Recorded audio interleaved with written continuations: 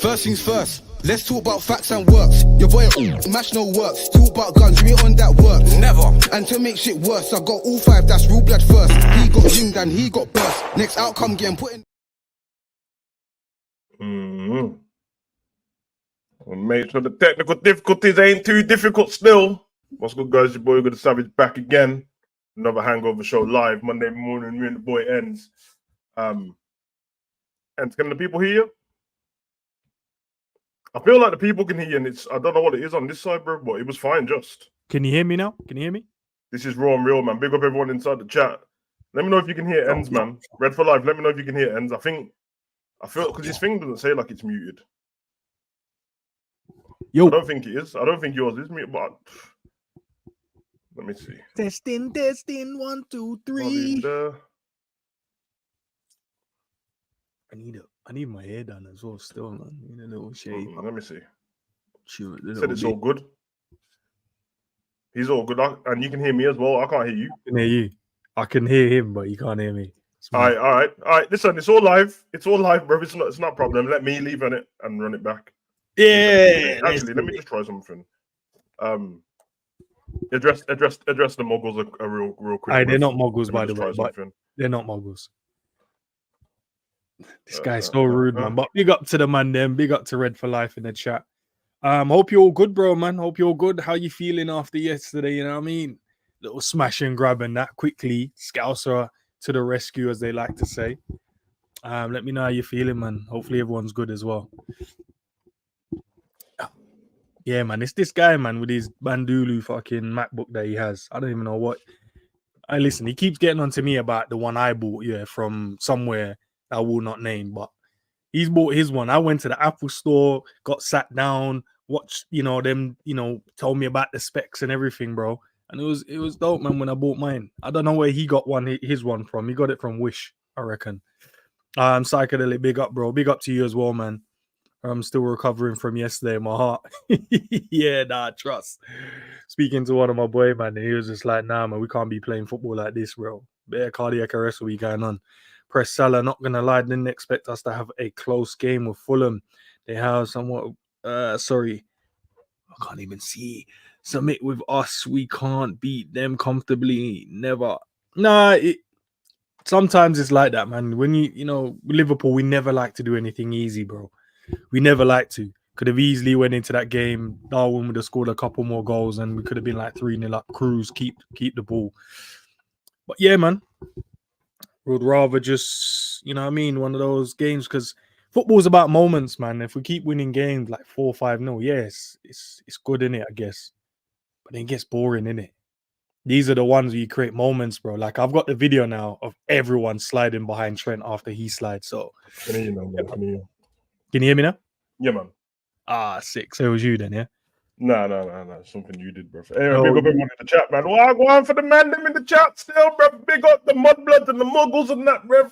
Yeah, I mean, there might be a couple of wizards among the man them and that. Yeah, I mean, but right now, might be a couple of, couple of Hufflepuff and that in there, bro.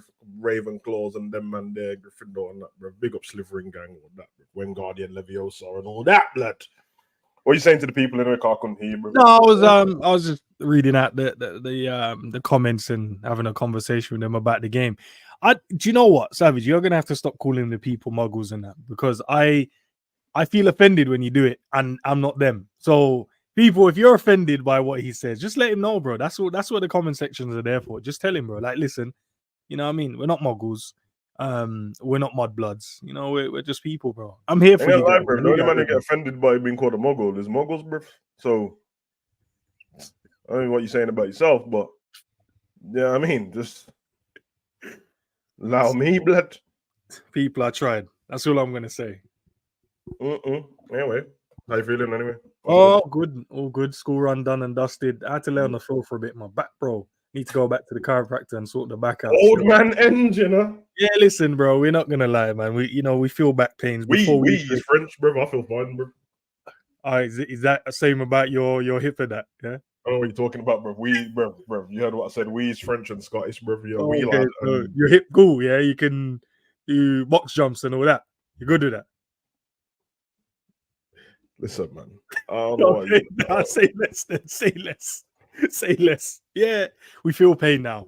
Vibranium is running out. You know, and that, Yeah, but that mine last ain't thing from being will- old, bro. Mine is injuries. Yeah, I mean, yours is on the So old mine thing, is bro. injuries as well, bro. I'm a tall guy. You're gonna have back problems because Now you're just going to bed and waking up in pain, bro. Like you just that's nah. like That's a lie. That's not what I've ever said. But I've never gone bed and wake up in pain.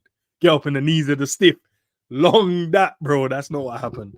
Just saying, nah, just little disc needs to sort it out. It's sorted, you know what I mean? I haven't been in ages when you're meant to go frequently. I haven't been doing it. So it's my own problem, man. Gotta fix it. yeah. To be fair, that's true, man. I think that's a man them thing anyway, bro. Most man them don't take care of themselves like that, bro. That's one thing women have over us, bro. They make sure, bro. They make sure any issue they're taking care of that.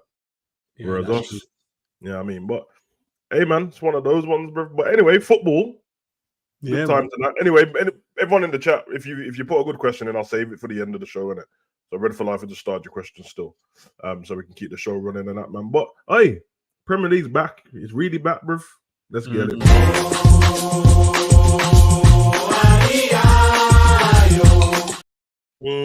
The roundup, bruv. You know what?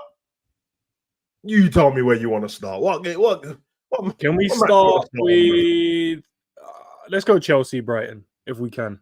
That's probably like Chelsea, Enzo Fernandez and that, bruv. Just entertaining up the crowd and that, bruv. They were not Enzo. Yeah, bruv. They needed to dash their way at the end still. But yeah, man. Hey, Do you know? victory. Do you know what it is, bro? It's and I won't even his goals. Obviously, scored a penalty. I think his overall game yesterday. I don't know if it's because he's been hearing people chat shit, bro. Because like they was like, "Oh, you're 100 mil. We expect goals and assists." This man yesterday was like, "Oh, okay, all right, I'll show you, man." Still, bro, the way he conducted himself around the pitch, bro. Sometimes I felt like it was like 5 of him. Normally I see that from Gallagher, but obviously he did what he needed to do. Yeah. I had to turn into 5 of them as well. Caicedo, on the other hand, bro, hey, I've saved some money there still because I rate this guy. He's not looking the best, doesn't he? Nah, he's not that good, bro. I thought he was really good, but going to a top team now where you're amongst better players, where you don't get a chance to stand out as much. Yeah, he just looks average, bro. It's weird, isn't it? Because that's what people were trying to say about McAllister a couple of weeks ago. They were kind of saying that, like, oh, he played in a double pivot with Caicedo.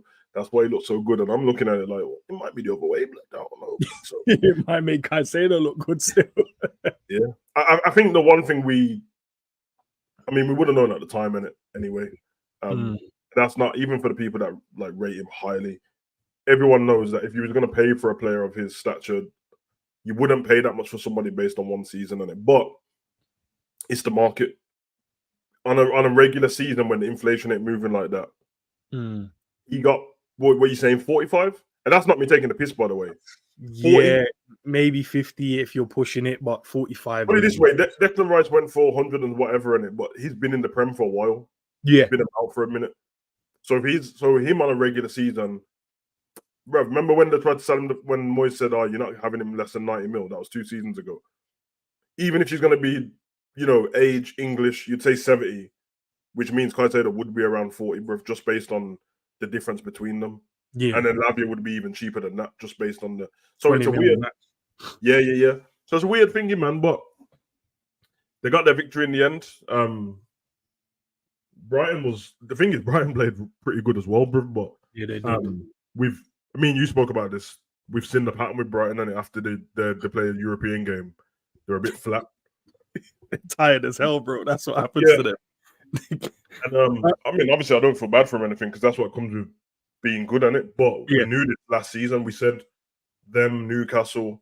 Not Villa so much because it's the Conference League, but we did say that that's going to happen, bro, because you don't have the strength and depth. You have depth in terms of numbers, but you don't have the strength and depth. So, the other thing I wanted to, massive shout out to Thiago Silva as well, man. Yeah, big up Thiago. Solid yesterday. When they went down to 10 men, the marshalling, the organization. Do you know when you see a defender, bro, and they love defending, bro? I don't feel we have a lot of them. I don't know if Liverpool actually have one. I know Virgil likes defending, but I think Virgil loves it. I think Virgil loves it. But them man that just, bro, they love. Yeah. Thiago's one of them. Thiago's one of those, bro. They just want to make tackles, bro. bro, do what you guys want to do. I just want to make tackles here. That's all I Good for him want. as well, man. Because obviously last week he made a mistake, and give him a goal. But I reiterate this every couple of weeks, man. He's one of the best to ever do it, bro. People won't recognize it because it's like, I don't know, is at Chelsea at a bad time, bro? But he's one of the best centre backs to ever live, bro. And man who don't recognize that just didn't watch football. I'm telling you, bro. Man's 1 year off of 40, bro, and he's still playing at the highest level on a consistent basis as well. Yeah, man. Yeah, and as long as he plays smart, bro, he can keep going, bro. But and normally you'd say people, when you get older, you get the legs around you and they carry. Nah, bro. At times he's carrying the rest of the man. Them. At times I'm like, you man are meant to be running more than this man, bro. Like, yeah, but honestly, man, Chelsea, they deserved their win yesterday. Yeah, you're right. They did play well, but the penalty on the other hand was a bit dodgy as well, bro. I didn't feel it was. I don't think it was a penalty. I feel like, but I can see why it's been given, man. That's why you always point this out. We'll get to VAR anyway, but when they go there, bro, it's long, man. It's long, bro. Yeah. It's long. It's long. A game that did entertain us. Hey, my guy Anthony Gordon again on the score sheet and that blood. Just look in the background, bro. Don't do that to Wan-Bissaka, bro. Is he just laying on his side? Bro, do you know? I can't even see Onana properly, but his body position don't look right. Yeah, he looks like he's on his knees, and he shouldn't be on his knees for some reason. FC, bro. I'm telling you, them man are all on their knees all game, bro. Why is Wan-Bissaka looking like he's defending a free kick? You know when the man them just lie down behind the wall and that? And he weren't even that bad. I don't understand how he ends up in that position, because if memory serves me right, they play the ball out to Joelinton. He then fires it out to, not fires it, but plays it down the channel to Trippier, and then Trippier plays it across the box. Gordon runs off the shoulder of Wan-Bissaka and then taps it in. So I don't even understand how he's like that. Bro, that might be some of the worst defending I've seen on that goal. I'm with you, bro. It made no sense, bro. The pass wasn't even incredible. It was a simple pass, bro.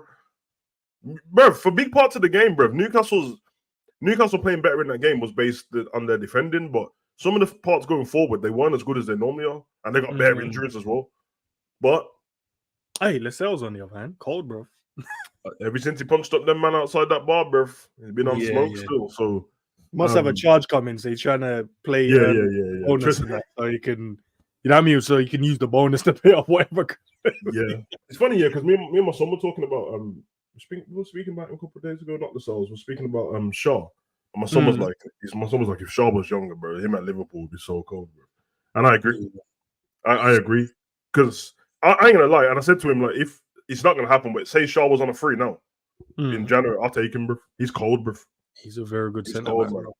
So reads the game really well, man, and he's really quick as well, bro. He doesn't look it, but he is really quick. Covers the ground well. Great shot on him. Good pass. And like, it's him and Lascelles together now. Lascelles was out of the team because of Botman. Botman's injured. Now Pope's injured to go along with the rest of the injuries. But the funny thing, what made me laugh is like they had Karius and Dubravka on the bench. They had two goalkeepers on the bench literally because they didn't have any more players, so they just threw them on the bench. And I was watching them I was like, Dubravka last season was that manual on loan on it, and he played one game. That's why he played one game in the League Cup. One game, bro. And I'm looking at it and I'm like, no shit. He's better than Onana, bro. So I don't understand what, bro. And then I'm watching Karius just on the bench giggling. I'm like, bro, you know it's not time, bro, when Karius on the bench just giggling about you, man. Bro. Next Liverpool man, bro. He knows the hate that we have. You got Karius, bro, every time, bro. That's my guy still. Yeah, I mean, how did Pope dislocate his shoulder by sliding, bro? Nah, I saw what it was. He's outstretched, isn't it? Probably as far as his elbow can go, and he's hit like the top part of his rib and his elbow at the same time, bro. So it's like if you were trying to snap a bone. Oh yeah. I saw it straight away, bro. And the only thing I was confused about is, tell me you saw this, innit? When I never saw the replay, I was like, I think Pope's injured there. Am I tripping? When I went over to him, he was holding the back of his hamstring, bro. No. He was doing the clutchy. Let me clutch here, hold this thing. He weren't doing this. Okay. He was doing the clutch, like, that's what I was thinking. Clutch that there. Hold yourself. Now when you're in pain, you got to just hold yourself. Man was just in the fetal position and that, bro. That's crazy, blood. That's All I crazy. remember was Robbo. When he did it, I was like, oh, that's Robbo, isn't it? All I have to say is, yeah, well done to Newcastle, obviously, getting their victories after a bad week in the Champions League of what they went through in the end of the game. But Manchester United, bro. I don't know, man. I don't know about this team, bro. Like, normally they stink up the Champions League and they've been winning the league games just about, innit? But they've been playing bad the whole time they've been winning them games, and this was going to happen. I seen, obviously, Roy Keane was ranting after the game and all these former Manchester United players saying it's disgusting and all that stuff. Bro. Yeah, because they're stuck in the, the old United way. And when I was there, this would never happen. Yeah, when you was there, bro, you could have punched man up, bro. You can't now, innit? So just allow it. Yeah. Like, it's completely different, bro. But what I will say is, the one thing people are right on is the attitude of the Man U players. You can just see the cameras are on them. I can see them, bro. And once again, bro, I don't know what DeMarcus was doing in that game, bro, but they're walking and that. Shocking, bro. He looked like he was walking thinking about his gal or something, bro. He was walking like he was in an R&B video, bro. Did he sign a new deal, or is because he looked like a man that was like weighing up his options as a football player. Like, I want to be a legend at Man United. They're the ones who gave him my opportunity as an academy kid coming through the ranks, and he looked like a guy just weighing it up and like, bro, do I need to make the move to go and better my footballing career? Because this ain't good for my mental. That's what I got from the way he was playing. You're probably right, but you know what the problem is? He's part of the problem, bro. It ain't like his team shit and he's good. Like, he's a massive part of the problem, bro. And forget him in front of goal and all that stuff. His attitude, bro. This man is not running to get back. He's not running to try and tackle man or nothing like that. And I'm like, I think Bruno's got a shit attitude, but at least at least he's in the game trying stuff, bro. This man is just like, he's been doing this though. They made him a star too quick, bro, off nothing. And people don't. It's like, oh, he's a mank, he's English, and he's feeding the kids, bro. And then now they racially abused him as well. Man had the trifecta and that of madness. So then they was like, let's make him a king and that, bro. But I'm with you, bro. I'm almost 100% sure this geezer doesn't finish his career at Man U, bro. No way, bro. Considering we've seen Welbeck leave and we've seen Lingard leave, bro. Mank born, Manchester United fans, they're from those like 6 and that. He's off, bro. Some point he's off, bro. And I don't know where he goes to. He might have to do the abroad thing, and well, you never know, bro. I think he might go Germany, bro. If not Germany, I reckon he could go to. If you're looking at a Premier League club, Chelsea's the only one that would end up taking a gamble on a player like him. Not based on talent, just based on the reputation he's coming with. He has talent. It's just he's not in an environment to get it. Because we know Rashford, that's a confident Rashford. Regardless of what you think about him as a footballer, as a person, whatever, him confident, he's a problem. Yeah, it's still shit though. Nah, he ain't shit, man. I told you. Look, I've been consistent on it. I told you, man, I thought he was shit when he was scoring them goals after the World Cup, bro. And I have to take in the fact that, okay, yeah, he's doing his thing, he's scoring goals and that. And yes, we speak within the football bubble. So when I say a man's shit, of course I don't mean he's shit to the regular world and that. He's shit among other professional footballers at the high level. If you put him at the lower level, I don't know, the other half of the table, he probably stands out. But he does, bruv. The reason why I use certain people test him against who are in other teams, and I'm like, there's no way I'm ever choosing him over Elise, bruv. And I'm not choosing him over Anthony Gordon. I'm not choosing him over Saka. I'm not choosing him over Martinelli, bruv. And we can keep going. I might choose him over Modric. Maybe. Maybe, bruv. Because they're both really fast on it. So maybe over Modric, bruv. But I'm just like, I don't choose him over Diaz, our team. I don't. No chance.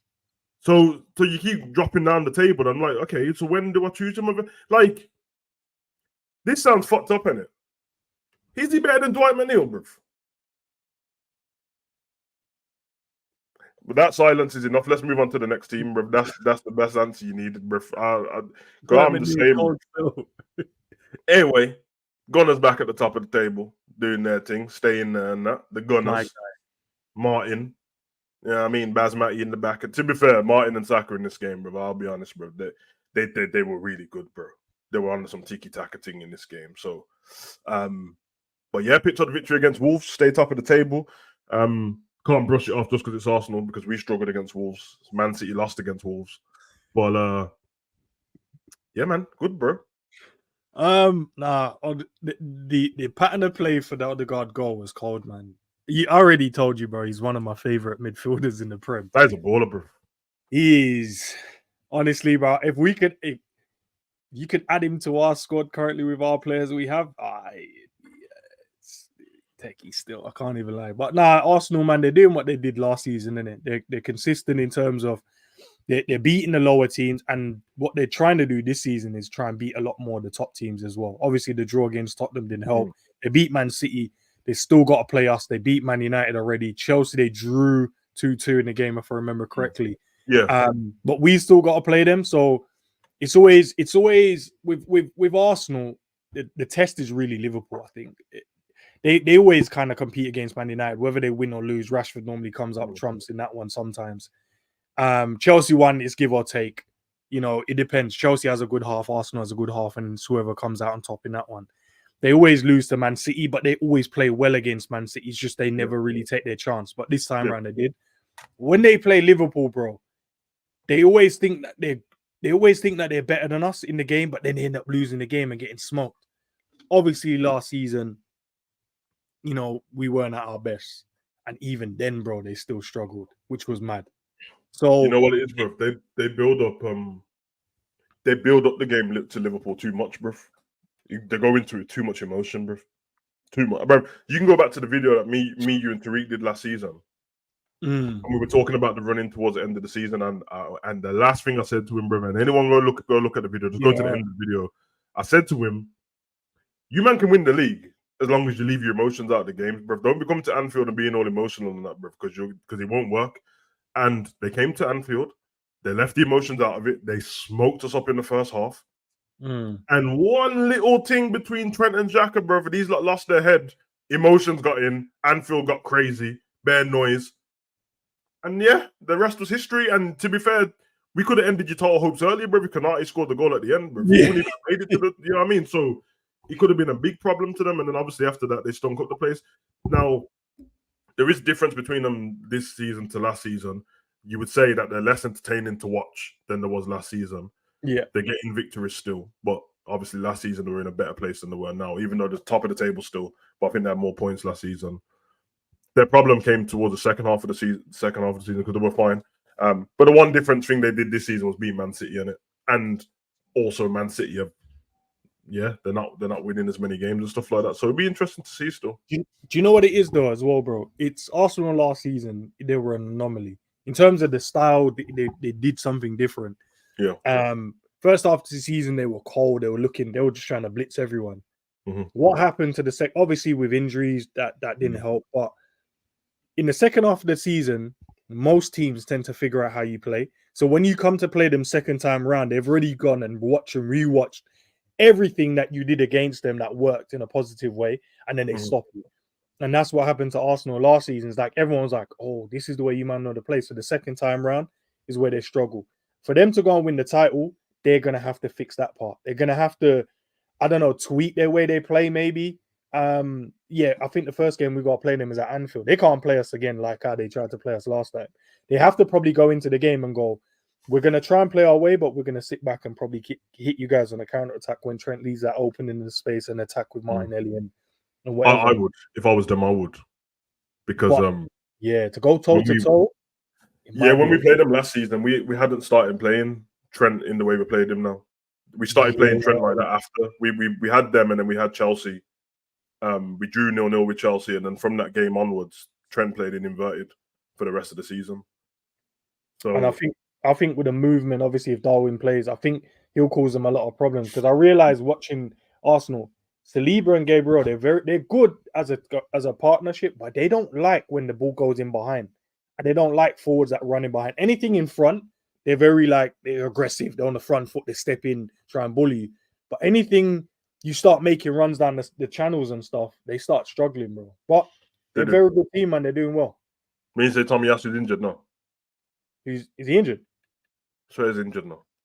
Oh yeah, but then Ben White would just come back in it. So there's no real He's been helping him for the last couple of games, bro. Yeah, I know he's been assisting and scoring, but yeah, normally he doesn't help him offensively, bro. But yeah, I expect him to put Ben White in. We'll have to see how he moves from that position, man. But hey, let's get onto that game, man, because you already know, bro. Amsterdam FC, bro. Jaws all over the place and that, bro. You already know, bro. Madness, bro. Bro. I have an issue, but when we get to that part, we'll get to that.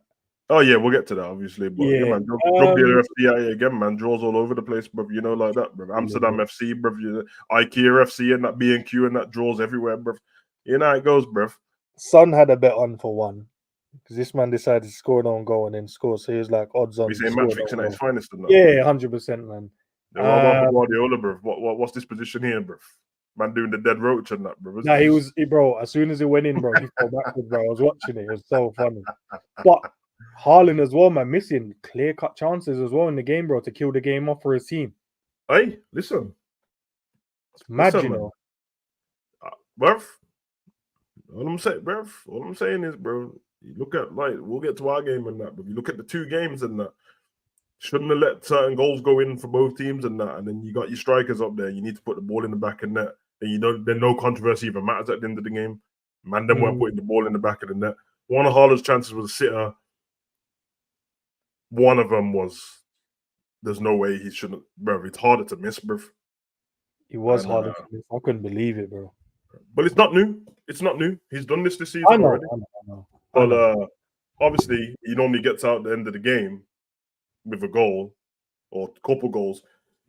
No one talks about it. They move on because nobody really cares about Man City like that. When it's the other team's players missing them kind of chances, it's a meme forever and obviously, I think that added to the. On top of the reasons why at the end of the game he was pissed off, but it adds to how angry he was. But for the neutral, it's another great game. As I told you last time, when Man City played Chelsea, was it a great game? Yes. But it was a great game because of bad defending. But both teams defending was shocking in this one, bro. Good goals, though. Good goals. Yeah. Do you know what? The pattern of play Tottenham play with and the freedom and the expansion they try and use, I like it, bro. I like it. I think football should always. I don't know if I was saying it to you or I was saying it on the stream. I think football should just play just open and free, bro. I feel like every team should just play each other how they should play each other. Just play football, and then whoever wins wins. Oh, I don't like this. You're gonna see no great defending. I'll tell you that much. Nah, but that's the whole point. It's it's entertainment business, isn't it? Yeah, but what about the defenders, bro? Yeah, defend your 1v1s, bro. No, you're being selfish, bro. You're doing it because you like attacking football, bro. Like, okay, so we're saying, based on what you're saying, are we saying defenders are only good now because they play low blocks, bro?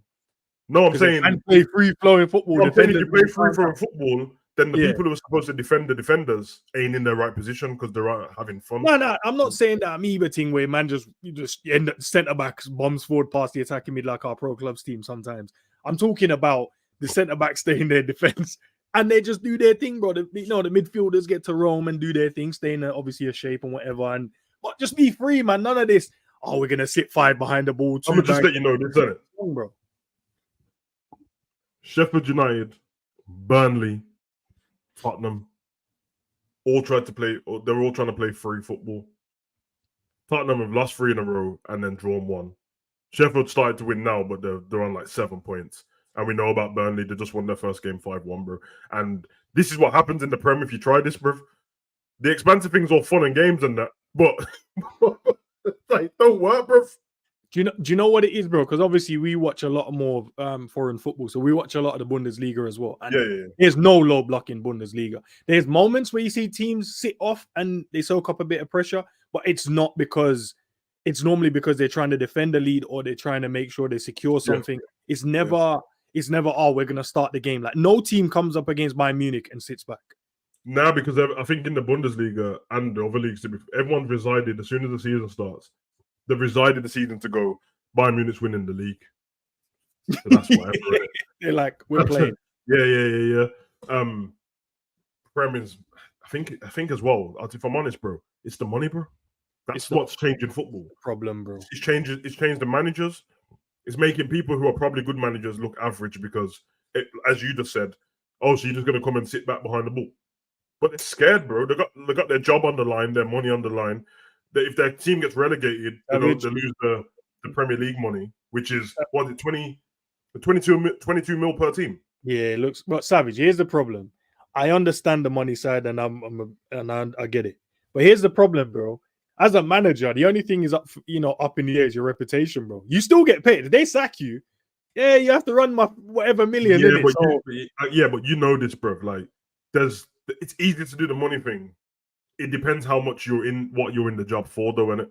Like, if you're in there for the love of the job, bro, and it means so. You're a man on pride, bro. You say this now, but I know you wouldn't be like that, bro. You don't even care about money like that. Obviously, no, you don't care about money like that. I know you, bro. So you're gonna be. I know, if I gave you now, expensive thing, I'll get sacked. I know that. I know. If we gave you Burnley now, you don't care about Burnley. You don't care about Turf Moor. You don't care about their shit fans, bro. I would though. I would if I'm the manager. Exactly, bro. You would. You don't care about it now, so you'd be like, yeah, I'll go Burnley, get the money, it's Premier League team, whatever. By the time you get in there, have a little bit of a good run, probably getting promoted from the Championship, all of a sudden, there's emotion attached to it now. The fans are saying nice things to you. You know the dinner ladies and the geezers selling the programs and that. Now it's different, bruv. You half support them, bruv. You're a Liverpool fan, but you half support Burnley, bruv. And then you care about the team and you want them to play good football and eventually win something, stay in the league and that. So, man are like, I'm just trying to stay in the league, bruv, because that's what the fans want. And remember, we're Liverpool fans in it, so we can be a bit snobbish about it, bruv. But a lot of these teams at the bottom half of the table, their whole aim is to stay in the league, bruv. Not to win the FA Cup, the League Cup, nothing, bruv.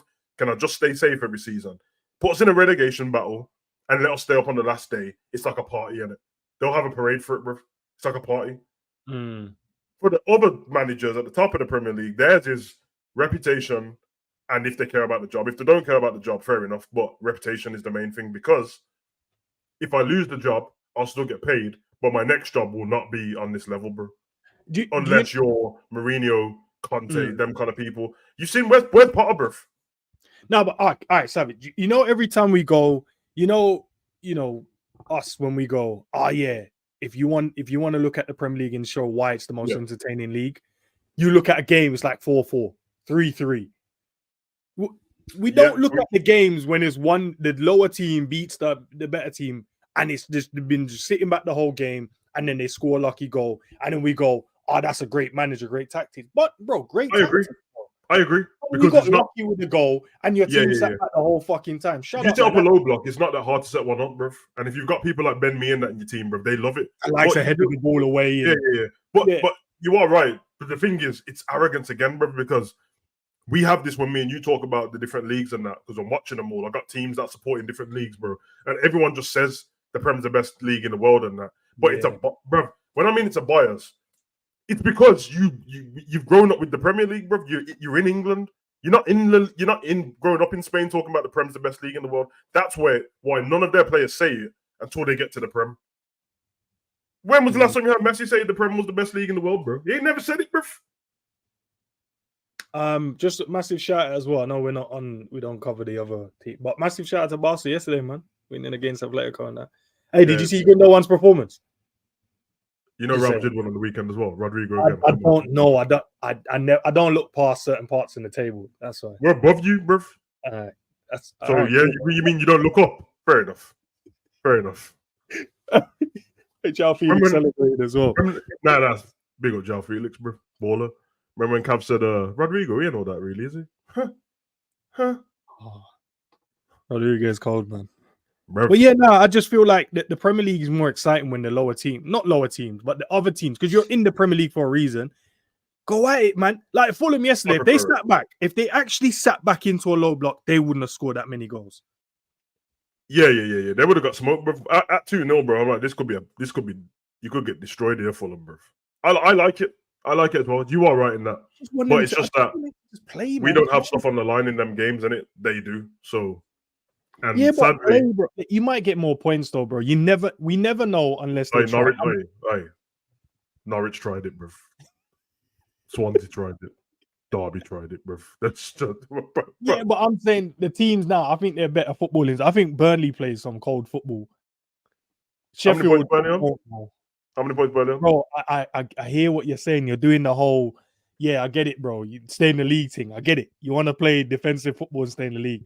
I'm just saying, for me to go, it's the most entertaining league in the world. I want man to just go toe to toe. I agree, but the problem, I'll tell you the biggest problem. So you are right in a way. It ain't just expansive football. These teams can play better football than they are playing and not be wide open and expansive. Clearly they can, because all the top teams ain't playing expansive football, bro. City just keeping the ball, passing it around you till you die. Liverpool ain't playing super expansive football. You know what I mean? We're hitting the ball across the field and keeping it, and that. Same with Arsenal. So it's not, I don't know, bro. But hey, as I said, man, you think you're like 22 mil to Liverpool. It's money, but it's money we could just use on somebody if we wanted to, bro. 22 mil to like Bournemouth and that. Well, listen, their stadium holds 11,000 people, bro. So you already know. It's madness, no. But yeah, man, I want to bring this up because obviously the biggest issue Liverpool normally have in seasons is drawing games and not losing. It's drawing games and that, bro. And I just don't know how City get away with drawing that many games in a row. Nobody cares, bro. Nobody cares. It's because the end. So always look at it this way, Savage, and I get what you mean because we have. I know what they're going to say. Well, City draw 3 games and they're going to win the league. Yeah, that's always the conversation, isn't it? It's like people always expect them to do it because they have been doing it. So there's just more of evidence there to show, even if they draw 3 games or even if they start shit, they're always gonna just come back and win the title. If it was like, if they did it this season and then next season, we were like, oh, then people start looking at it and going, oh, the draws are costing you. Because they know with us, bro, we went toe-to-toe with Man City for 4 years, you'd say 3 years, whatever, from a top level standpoint. And we lost 1 game and didn't win the title, bro. So it's just one of those ones, isn't it? And you're like, bro, you lose 1 game and you still win. Imagine telling someone that you lost 1 game in 38 games in a season against some hard opponents, bro. Lost 1 and still didn't win the title. So that's why people just go, they draw 3. You know, just, you know what I mean? They'll go and cook up a 15-game run because we know they can do it. That's shit though, man. That's shit. I know, bro. I know. You can only speak on what you can see in it. Like when everyone was giving Spurs their praise the other day, I said, listen, I know the end of this Spurs thing ain't going to end well probably, but they're doing their thing and I bigged them up in what they were doing. That's just the equivalent of me just going all off on it and then go, this shit, they're shit because I know it's going to end. Now, what's going on right now is Man City have drawn 3 games back to back. And normally, City are good against the big teams, bro. They've lost to Arsenal. They lost to Arsenal, yeah. They drew with Liverpool. They drew with Chelsea. And they drew with Tottenham. What, bruv? Did they beat Man United? Oh yeah, they did. Yeah. It's really cool, isn't it? Crack it. So the commentator yesterday asked him a question. Not the commentator, the reporter was like, he's conceded 10 goals in their last 3 games. He's like, oh well, Liverpool didn't score that many. Like, bro, yeah, Chelsea did and Spurs did, but relax, man. I don't know, man. It's listen, they're probably still going to win the title, man. They're dead. Once that Kevin De Bruyne, that cheat code comes back, bro, everything will sync up again and they're good, man. John Stones will be back in the midfield. I see him warming up yesterday, be back in that double pivot thing. And yeah, Kevin De Bruyne will just have the free road and then Haaland will just be scoring tap-ins again. And yeah, man. This sucks, man. So everyone's just fine with it. All right, safe. I'm not fine with it, bro, but I understand. Liverpool drew 1 game and man lost their damn mind when we drew against Brighton. No, but that's because of our fan base, innit? They just...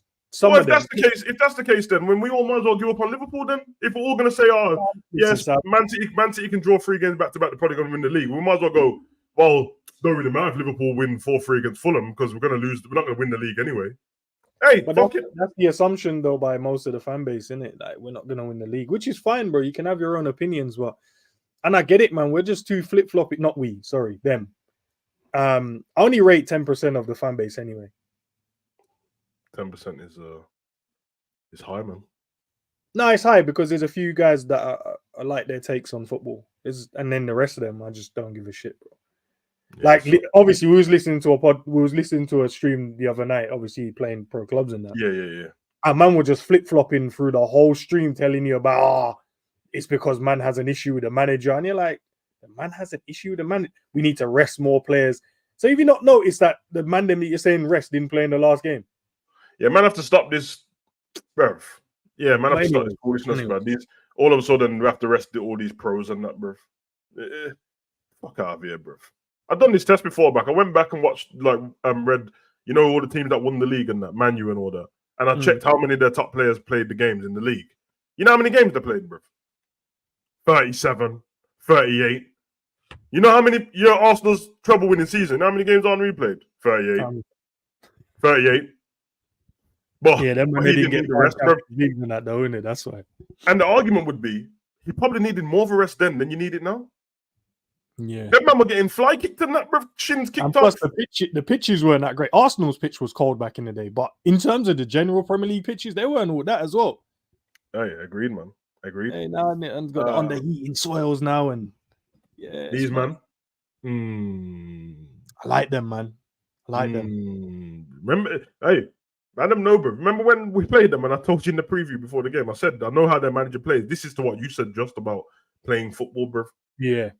Their man, that's how he play. I said it at the time. Check the preview. He will not change the way he plays football for anything. For anything. And what's happened is the players have got behind it, said safe. We're gonna have to defend a certain way. And then when I speak to you yesterday, I said that the last 6 games, Bournemouth have won 4, drawn 1, and lost 1, bro. Hey, that's form, man.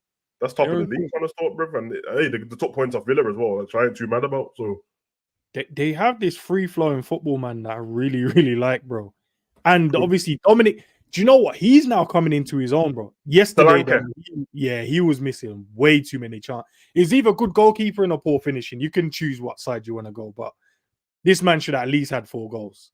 And I'm talking about 4 goals, easy.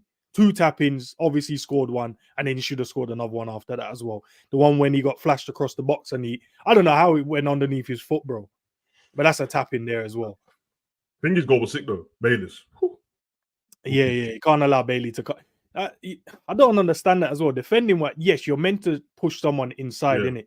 But if you're pushing him inside on his stronger foot, no, you have to show him down the line, bro. You can't push the man in on his stronger foot on the inside, bro. You show him on his weaker foot inside, if that's what you want to do, and then you stop him from his stronger foot so he can't put a cross in. You can't push the man inside, bro. Let the man just cut in on you and finish it. Nah, man, that's poor defending stuff. For Villa, man, they're having a great season. I think I saw that Emery's taken more points than any other manager apart from Arteta and Guardiola since he came in. Yeah, he was high up there with the points as well. But the proof in the pudding is the pattern that we said last week. Where was this game? It was away, innit? Mm-hmm. It's a pattern, bro. They only drop points away, bro. At home, they win all their games. And away, they can't seem to get the job done on that, bro. Which I'm saying that they must be feeding off the fans' energy because Villa Park's loud this season. It's not regular, isn't it? Yeah, they've said it's the fans as well. Like I was listening to Douglas Luiz. Who else was doing one? Watkins as well. He's just like, yeah, man, when we're at home, the reason because the fans are just louder behind us. They make sure we don't kind of skip a beat when we're playing and when we're defending. So we want to go and perform. It's great, man. When your fans are behind you, not like sometimes our fan base, you know, when they're just flip-flopping through a draw and then all of a sudden the team is shit again and the manager doesn't know what he's doing. Where they're like, no, we're here together, bro. Win, lose or draw, we're here, man. Let's fight for it. Hey, listen, take a paper out of your way. Ash, I did have him at the bottom of the table, bro. Season ain't done, bro. Hey, I did have him there, bro. I ain't going back on my word, bro. They're playing good football. I'm bringing it up because they won today, innit? But you saw how the season started. 2 weeks ago, there was no presentation on Bournemouth. There wasn't, bro. They were down there with Burnley and them, man, bro. So, you know what I mean? And let's not forget that, obviously, Everton were ahead of them and they got deducted 10 points, bro. I'm just saying for reference, only that is true, bro. Yeah, they were ahead of them and they got deducted 10 points, bro. Because Everton were on 14 points in it when they got deducted. And Burnley threw away a win the other day, bro. They dashed that away, bro. That was match fixing at its finest, bro. Yeah, I think Ivan Toney called company and said, "Throw a bet on for me, big man." Nah, here's the problem, Xavier. Do you know? I was watching a game. I went to do something and he came back and I'm like, oh yeah, man shook his hand. They've won. I looked down at the score and said, no way, this man lost the game. It's so disappointing, man, because I always do that, man. I always get a team in the championship that I try and follow in it and see what I go on in that, bro. And I love the way they're playing football in the championship. And I told you that I was watching Finger Anderlecht and it with on that YouTube channel, so I could see all the behind the scenes stuff. So I was like, oh, not an attachment, but you know, like when you watch the Wrexham show and all that, it's like, oh, it's kind of cold still. It's him and Bellamy and that. But yeah, man, it's just one of those ones. But we'll see how it moves on and that. Let's get to the big boys. But you already know, bro. Liverpool and that. You know what I'm saying, come on, bro. You know about this little. You know what I'm saying, bro. When I didn't realize how quickly we scored. That's our fucking team, that means. That's our fucking team. Hey, man. Liverpool 4, Fulham 3. Yeah, now we get down, bruv. The man, them, and that. Come on, man. Screamers only. Yeah, that's what to be calling us on the street, bruv. Screamers and that, bruv. You know what I mean? Oh, man. The goals. Just in moments, man. The missed chances. All of it combined into one package, man.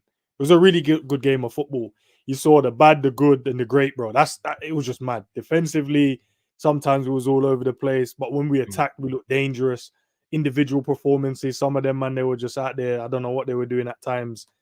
But yeah, it was just cold, man. The attacking line didn't know how to run past a player. But when Darwin did, he couldn't finish. It was just great, bro. It was a great watch. My emotions was all over the place. Halftime, I sent a tweet out. Said I miss Alisson. And I did, bro, because the first goal, I could live with it now. I watched it again. Yeah. McAllister should have done better, and I think Trent should have done better as well. But thank you for watching it back, because when I was saying it, I felt like I was the only one going crazy. Yeah. The second one, yeah, man, like what you said yesterday, I don't know, he was diving for a fix, bro. He was going for his next injection, bro.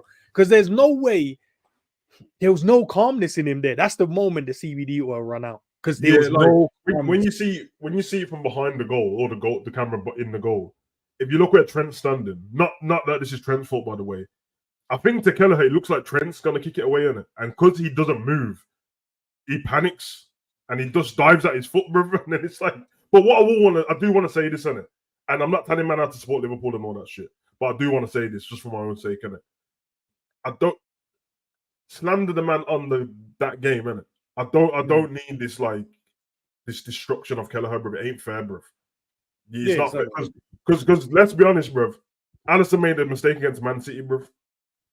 Did he not?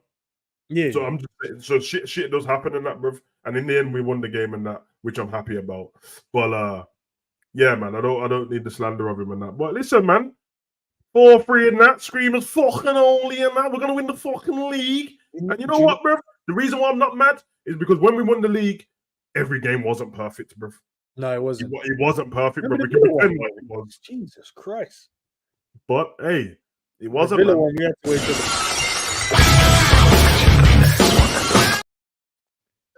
fucking hell, mate.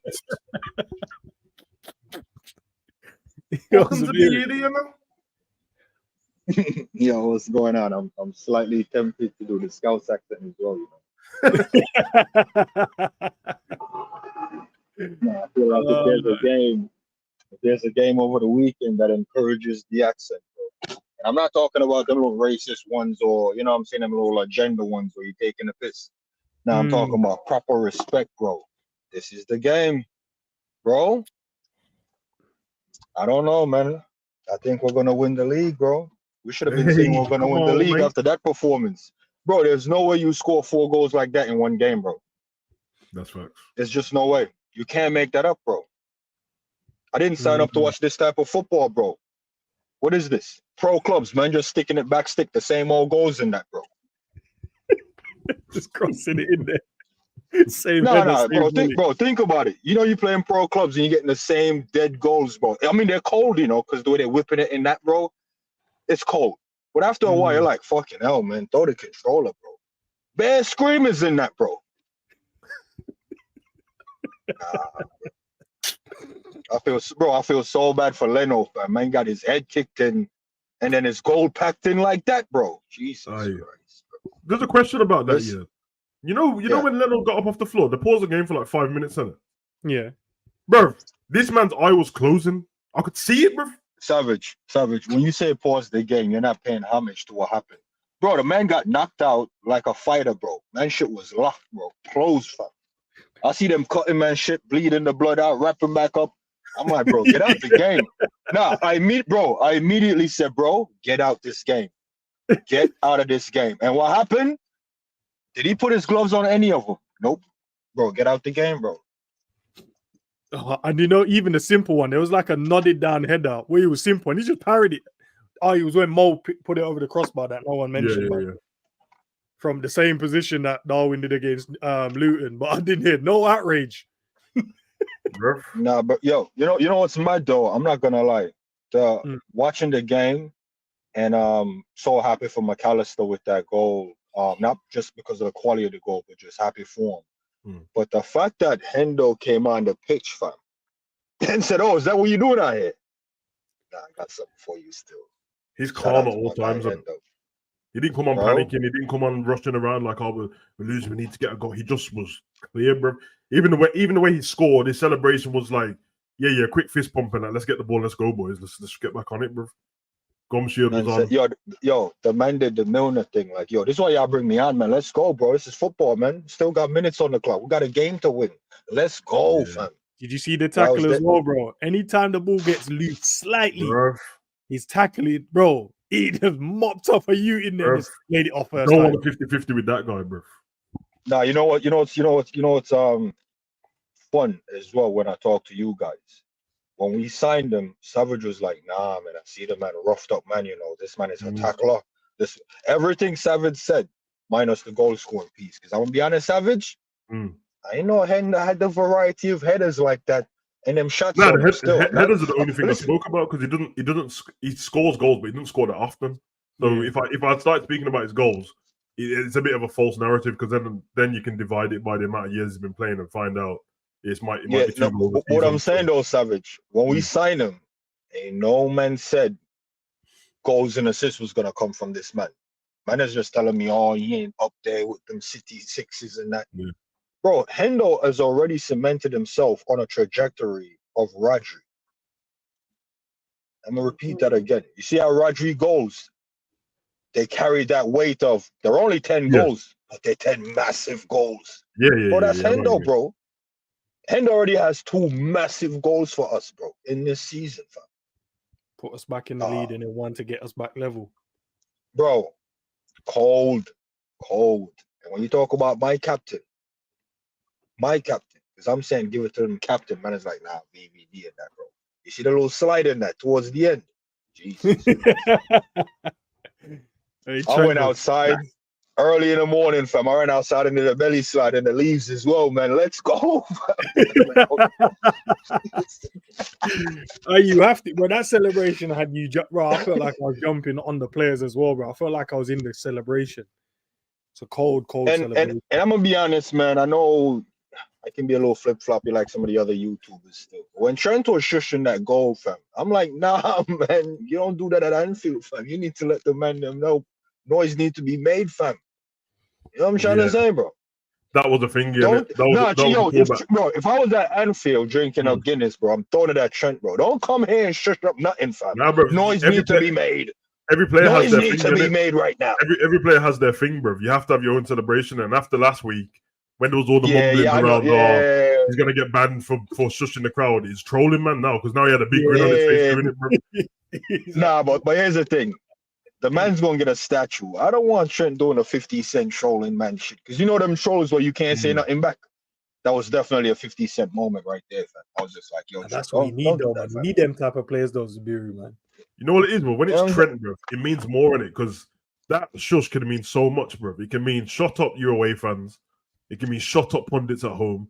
It can mean shut up stinky parts of the fan base. No one knows, bro, but him. Yeah, no. But it's hilarious, bro.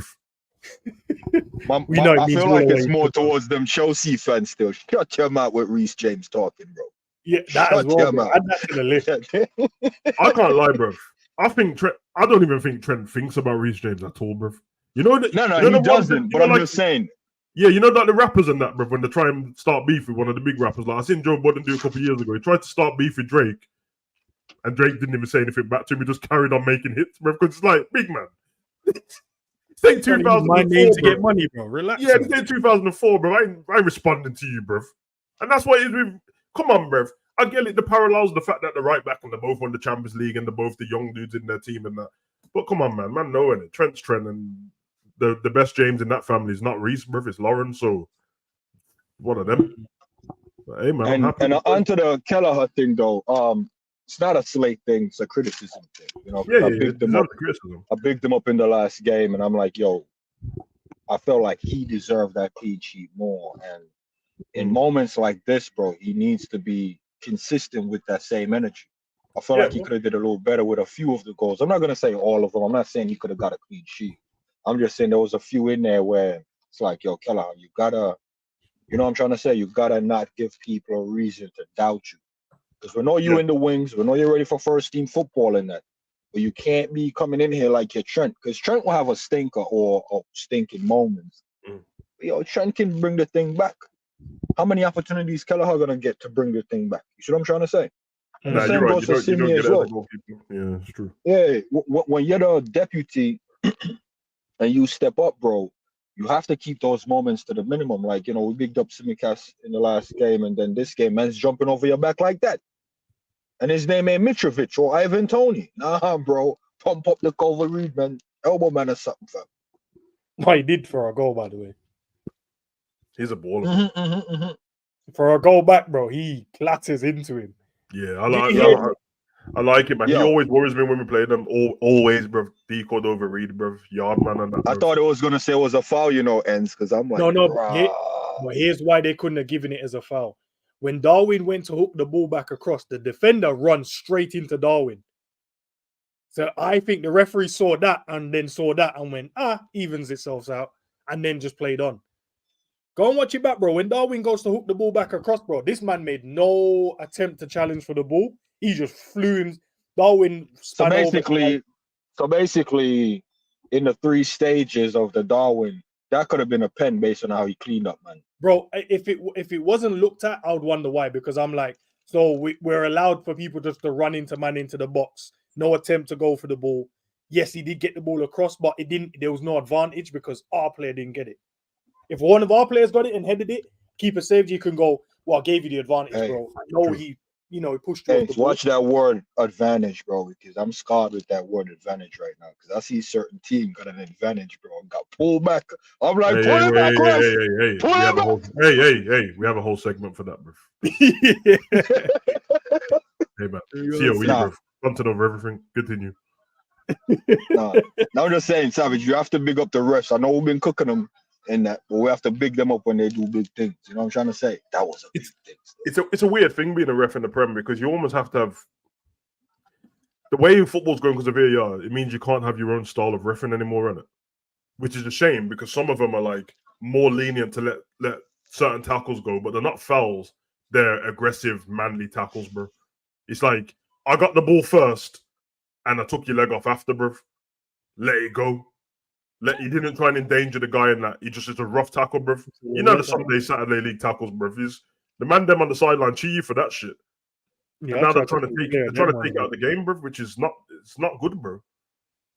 If you want to see an aggressive one, you go and play football with the yard man them on a Sunday, bro. That's true. That's true. If you want to know what tackling is, especially on a 5-a-side pitch, bro. So it's over, bro. You're getting dashed into the barricade and that. You know how the goal is when you're playing scrimmage, bro, and a man just wants to take off your whole shin for no reason. Bro, I saw a man miss the ball completely and still clip the man's legs. Yeah, I've seen man run. I was about to say that. I've seen man run off and man just swipe the back of his legs. Bro. So wait. What was saying in an ideal 5-a-side, you have to have Nat Phillips in there. Yeah, Nat Phillips. Yeah. That's big. Thiago Silva, Nat Phillips. Who else can you throw in there? That's a mad hothead in there, bro. Pepe. Thiago Silva. Charles probably could have been 5-a-side as well. Because he's a nut job, bro. And he's Pepe as well. Yeah. Pepe in there. Yeah. You know, I feel like I need to redo my 5-a-side, you know. You don't want to talk off skip, get me in that Phillips 5-a-side. Yeah. You don't want that problem, bro. It's crazy still, but 4-3, man. Listen, I said to end yesterday, innit? In an alternate universe, if I could find out the result before the game and I knew we was going to win, I will have games like this every week because it's fun to watch, innit? But when I don't know what the result's going to be, man's heart rate ain't cut out for that, bro. You know what I mean? So, but Savage, come on, man. You work out. You know the process of working out. There's a difference when I go to work out. I am putting myself through the workout. I know what's coming next. I know there's a birthday. No, Savage. That's the point I'm saying. You've been a Liverpool fan all these years. If your heart ain't conditioned by now, you're weak. Nah, I think most have. No. Be honest. No, be honest. Maybe, Savage, yeah. be honest with me. Be honest. The amount of ups and downs these men got us doing like some military agree. shit, fam. I agree. If you're not solidified by now, fam, you're weak. We might have to drop. Yeah, but the issue you have as a Liverpool fan is it's not the fact that you don't know it's coming. You don't know what team it's coming against, bro. Yeah. It can be Luton, bro. It can be Fulham. It can be Man City, bro. You know what I mean? Look, bro. Because sometimes when it goes the other way, it's horrible after, bro. Like, you remember how the first half was last season when we beat Real Madrid? Do you remember that? How quick Darwin scored that, bro? Bare pressing, running that game. Bro, that game went from Madrid's gonna get smoked up, and then once Vinicius scored, everyone just went quiet. Like, I know we're winning 2-1 on that, bro, but this don't look good still. And then Ali into a man's foot. Man, Ali went, might as well just level it up before halftime. Fuck it. Nah, you know what it reminds me of? Still in the military, we'll do these physical training in the morning. And the man them say, yeah, we're gonna go, do push-ups, sit-ups, a bunch of other stuff, calisthenics, and then like, yeah, we're gonna go for a 1 mile run. I'm like, oh yeah, calm, I'm ready. 6 miles later, fam, we haven't reached the turnaround point. I'm like, nah. Nah, because man getting them shin splints in that, bro. Man said 1 mile, ends. 6 miles later, we haven't reached the turnaround point. Nah, do you know when you get to that first mile, bro, and there's air in the lungs, it still feels good, it's fresh outside, it's beautiful. Fuck it, man. Might as well go another one. And then another one. And then another. And yeah, bro. It is what it is. But bro, remember, you're running to a distance to turn around, So you reach the half a mile, you're like, yeah, we're going to spin it right here. Nope. A mile later. Oh, we ain't spinning it. 6 miles later, fam, we're spinning it back, bro. I'm like, yo, nah, these men set us up, bro. Risk 12 miles in the morning, bro. Ain't bad. Yeah, bro. Crazy. 6 miles there and 6 miles back. Give a man trust issues in that is what Savage is saying. 2-0 up, fam. Trust issues still. But nah, it's a cold one, man. I didn't expect it. I didn't expect Fulham to get so many, man.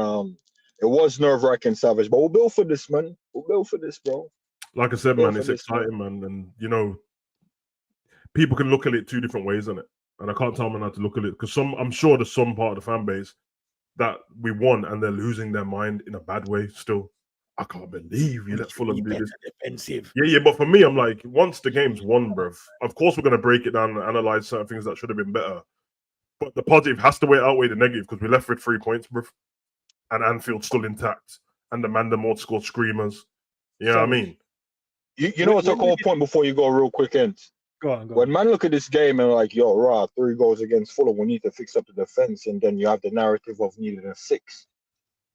Why would you leave this game still thinking we need a 6 if both of the 6 scored bangers as well? So you're going to substitute these 2 bangers just for a man to prevent a goal. In theory as well, not that that it will happen because that means yeah, Klopp is going to be playing him as a designated 6 and he sits in front of the back line like Fabinho used to. That's saying that's what Klopp wants to do. Yeah. No, Klopp doesn't want to do the in the pocket thing. And I'm saying, bro, in a game like this, as nerve-wracking as it is, and I see both my 6s scored coming from a Liverpool team where the midfield don't even score that much. I love it. And innit? I got the black book out beginning of the season. Did I not do that video when I went through every goal the midfield scored last season and every goal Man City's midfield scored? And what was ours? 5, innit? Yeah. 4, something like that. 4, bro. Yeah, bruv. Surpassed 4 already. Surpassed it already, bruv. So, the highest scoring midfielder we've had on the Klopp, away from Coutinho before he left, I think Fabinho, 8. Yeah, he had the pens. And I think Gini had 5 in one season. Starts scoring headers in that as well, near post volleys and also. Do you know what it is? Do you know what it is? Just before we move on,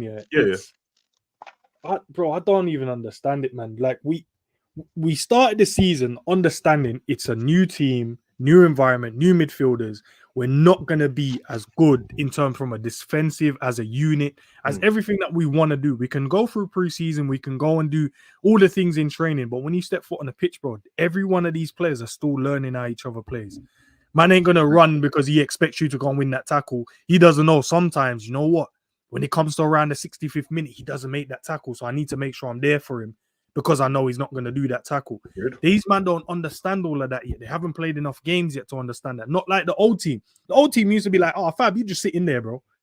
Yeah, they were so And used that's to it. They were just so used to it. Trent can go, Robbo can Yeah. go, and we know that Verge, Gomez, and Fab will sitting there, and Henderson will just do the little covering thing. These Especially man if are you don't so come from a big team, because we don't sign players from big teams on it. So when we get our players, the people that come in, it's weird, isn't it? When you move from a smaller team to a bigger team, less is more in it. You was doing more at your other club because you had the freedom to, because you was obviously like the best player. You had the freedom at the pitch, you was running around doing all this thing. When you move to a better team, there's people in the right positions already doing that job. Now you got to do less.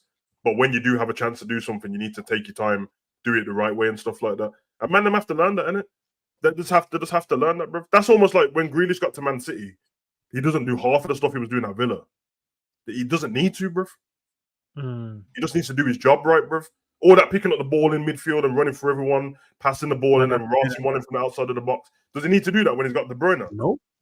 Does Haaland used to drop deeper at Dortmund, lay the ball off to Sancho, whoever, dip through, have the different variety. He doesn't need to do it, bro.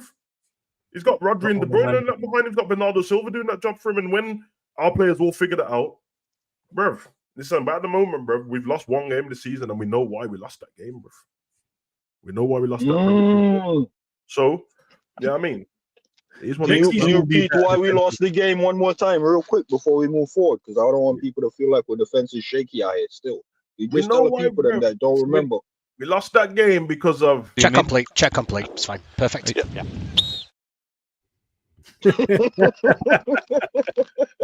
Hey man, check complete. It's that part of the day when we break up the VAR ref decisions from the weekend. We'll go to the panel and see which ones. I'm sure there's one that people want to talk about more than any other one. And we watched the game, bro. Watched Spurs versus Man City, bro. And I'm not biased in any of this. I told me and Debu spoke about this before, bro. I just talk about shit because it needs to be spoken about. You can't just talk about it when it's just Liverpool because it's not fair. Man City got robbed, bro. Now, the one thing I can say is there's no 100% guarantee that when the ball goes through, the ref plays the advantage and Grealish is on the run. There's no guarantee Grealish is going to score. Oh, I think he would have scored, bro. No. There's literally no guarantee. I think Savage. No, I'm just saying we can think. No, because we're going to pretend that people don't miss one-on-ones. Yeah, I get it. Savage. Savage. Yeah. Hear what I'm saying to you, though. Okay. Because we're the jury of this case against the ref and VAR, right? Mm-hmm. And you made your point. There's no guarantee, and you're saying they got robbed. Technically, if your money falls out the ATM on the floor and a couple of hundred blows in the other direction and a man pick it up, did he rob you? Because City was dropping loose change left, right, and center, fam, missing cities in that. You can't then come after the end of that game and talk about the one-on-one from damn near the halfway line would have scored or would have mattered. You see what I'm trying to say? I actually disagree with that. I think they can. This is what I said to Enz last week about Liverpool, and Enz agreed as well. I should have the right to miss that one-on-one. You don't get to make up my mind for me, bro. That is true, bro. It's like, you know, like when I don't like this, by the way, but everyone has their own opinion. You know, like when we finished 1 point behind City going for the quad, and everyone goes back to, remember the handball against Everton. Liverpool wasn't in that game. That was Everton versus Man City. There was no guarantee that Richarlison was going to take the penalty and score. Everyone just assumed he did, didn't it? But Everton should have had the right to take the pen and miss if they wanted or score. Man City should have had the right to go on with that one-on-one and see what Grealish does on it, and they didn't. And if it was a foul and somebody got sent off in that position, it would have been red card, clear goal scoring opportunity, not goal. And they didn't get it, bruv. And we watched the referee put his hand signal up for play the advantage, and then blew the whistle, bruv. And then you saw the Viking came out hard and like he ready to kill everyone, bruv.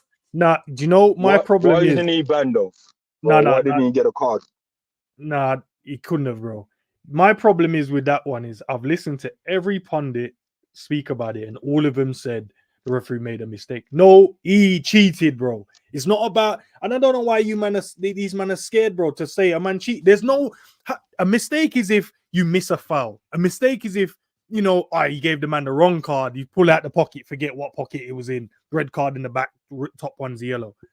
You can't see the foul and go, I'm going to play the advantage because I feel like he's got up quickly and he's played a good ball. That's the advantage. And then go, they're going through one-on-one still. Hold that. Blow the whistle. if that is not cheating, or you're not telling me a man has a bet on, you can't explain that to me, and there's no way you can tell me that's a mistake.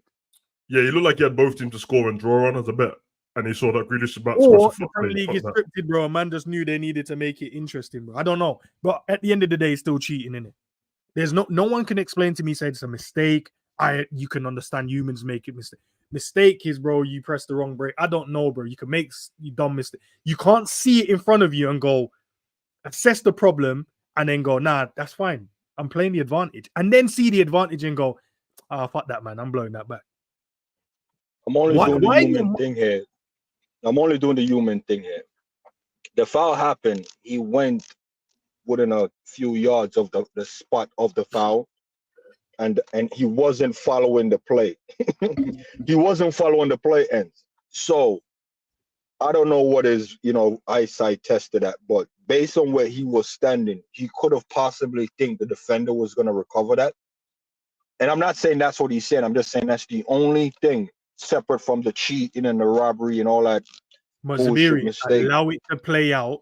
And when he did but that's what I'm saying. Based on where he stood, because he was very far from the ball and the play, because he went straight over to the foul spot.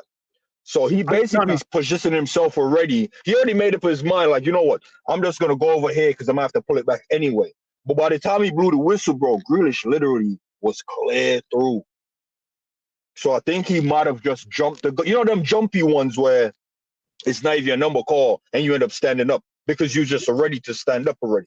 I feel like that's the mistake he made. I can understand that if a man didn't firstly said, I'm giving advantage. One of them ones where you just allow the play to, materialize and you go, I'm not sure if Grealish is going to get in front of the man. I don't want to really let me give the foul because I don't want it to play too long on and then I don't pull it back. So let me pull it back. He gave advantage because he saw Haaland played a clean ball through and there was no way Grealish wasn't getting on the end of it. And he blew the whistle once Grealish took the touch, bro, and about to run at the goal. Yeah, bro, I agree, bro. That was the advantage. The fact that Haaland played the ball, that's the advantage you gave him. So even if Grealish didn't get the ball, the advantage is done, bro. He was in front of Grealish, bro. This geezer cheated, bro. He cheated, and man, them don't want to pull it out, bro. You're gonna tell me about human error. People make mistakes, and then I see the dickheads from Sky Sports and all these man. Oh yeah, man, we don't like the way that Haaland reacted. Of course, he's gonna react. Oh, bro, this is what I said. God probably made why I didn't make it to be a footballer, because those are the moments I punch a referee in his mouth and take the ban. There's no way you're gonna do that to my teammates. So basically, ends what you're saying is the admission of guilt in this situation is not booking Haaland. No. Hear me out. Go on. Let's say there wasn't any advantage, like Grealish didn't take it and he pulled it back, and Haaland, he wouldn't have reacted the way he did. But in any other circumstances, a player acting like that would have gotten the yellow. But because my man know he messed up, he was like, Rod, yeah, this cuss out is justified. Like, let's say you punching him in the face. It would have been like, yeah, nope, deserve that type of thing. I would agree for me, that's the admission of guilt right there, bro. I would agree with that, but most of these refs have been doing that flip-floppy thing anyway, bro. They've been giving yellow cards for people brandishing it, and then they stop doing it. They're allowing people to come over, pull them, don't do nothing. I saw Bruno do that, didn't get yellow card. So, bro, I don't know. I would say, yeah, you're right in that instance, but I've seen all of them like bottle most of these decisions as well. Like Semenyo, he pulled my Bailey's shirt in the game. He should have been sent off for that. He didn't get sent off. They would have put down Bournemouth down to 10 men. So, man, he cheated, bro. That's a cheat. That's the same ref that when we played Spurs and we won the Y as well, bro. And the ref is shit, bro. The ref wait, shit, man. It's the same ref. It's the same ref. No, pull him up in the Spurs shirt one more time. Pull him up in the Spurs shirt one more time. No, it's the same ref. Pull him up again, man. Yeah, man. He's probably salty Harry Kane left still.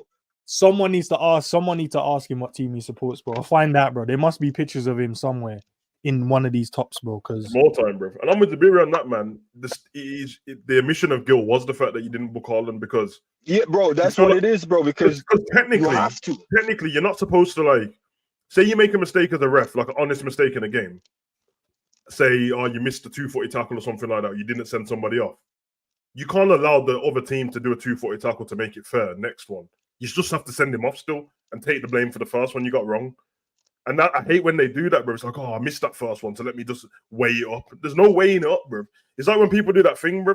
Oh, don't worry about the decision, Liverpool, because at the end of the season, it all weighs itself out and everyone ends up, bro. It doesn't weigh itself out, bro. There's 20 teams in the Prem, bro. Some people never get penalties throughout the whole season. So let's not pretend like stuff weighs the whole year, bro. It doesn't weigh itself up, bro. That's crazy talk.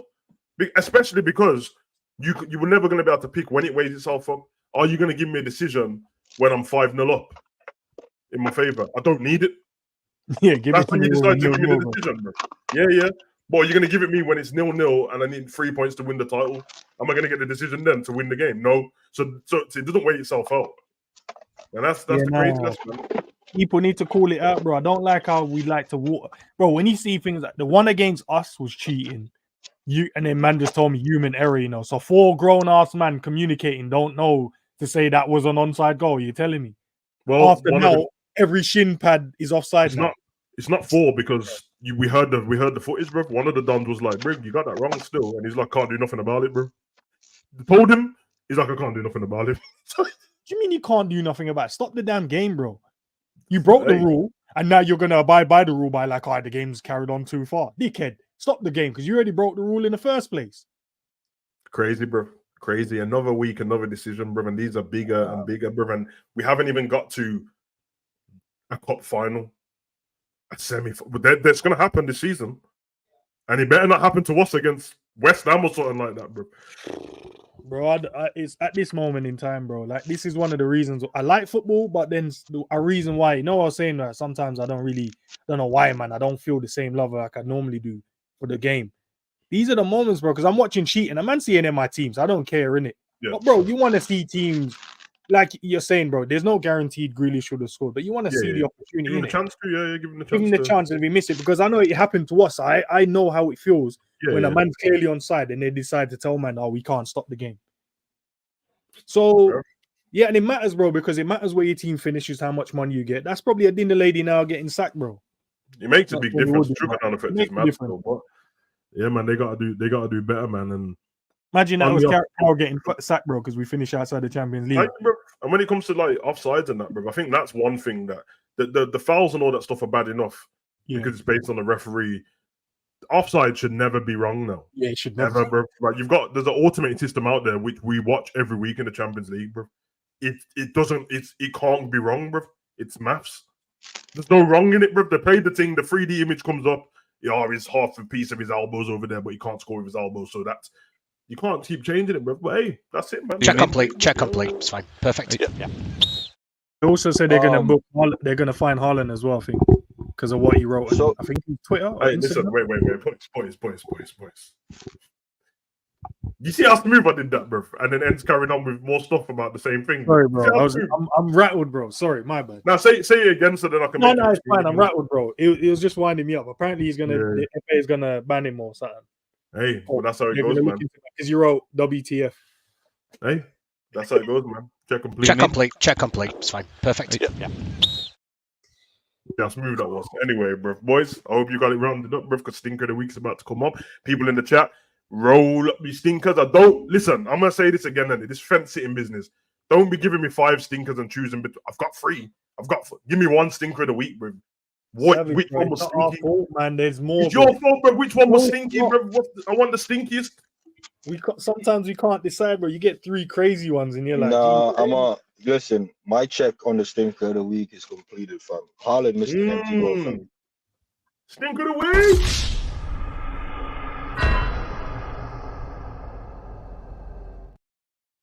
Bro, the man was in the middle of the 6-yard box. A defender 2 yards away from him. He had enough time to take the ball and choose where he want to put that from. I'm gonna tell you how crazy that is. I've seen men in 5-a-side take that and go down and use their head and not it in.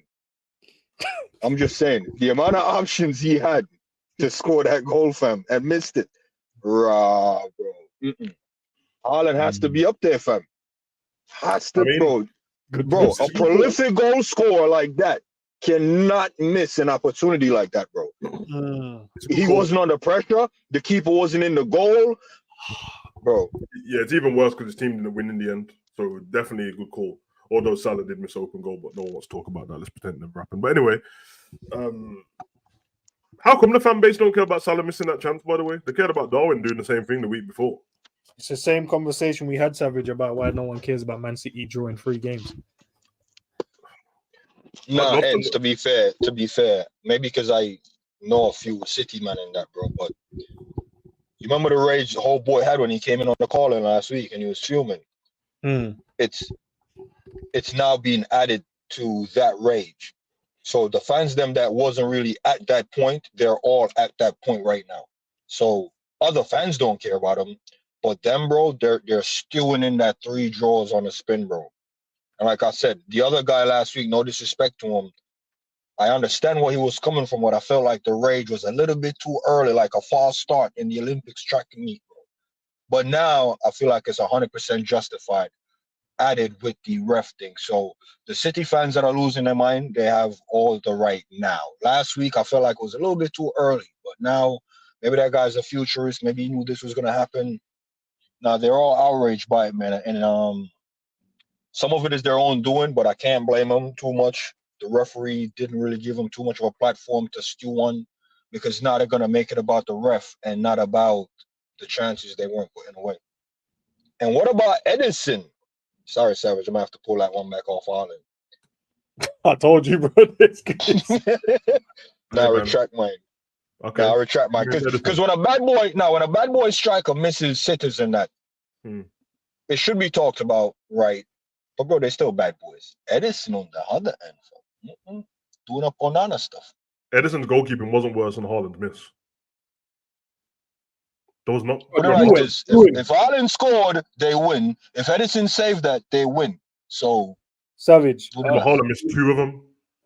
Nah, but bro, Edison, I'm not fighting the case either side. I'm just trying to throw an argument in there.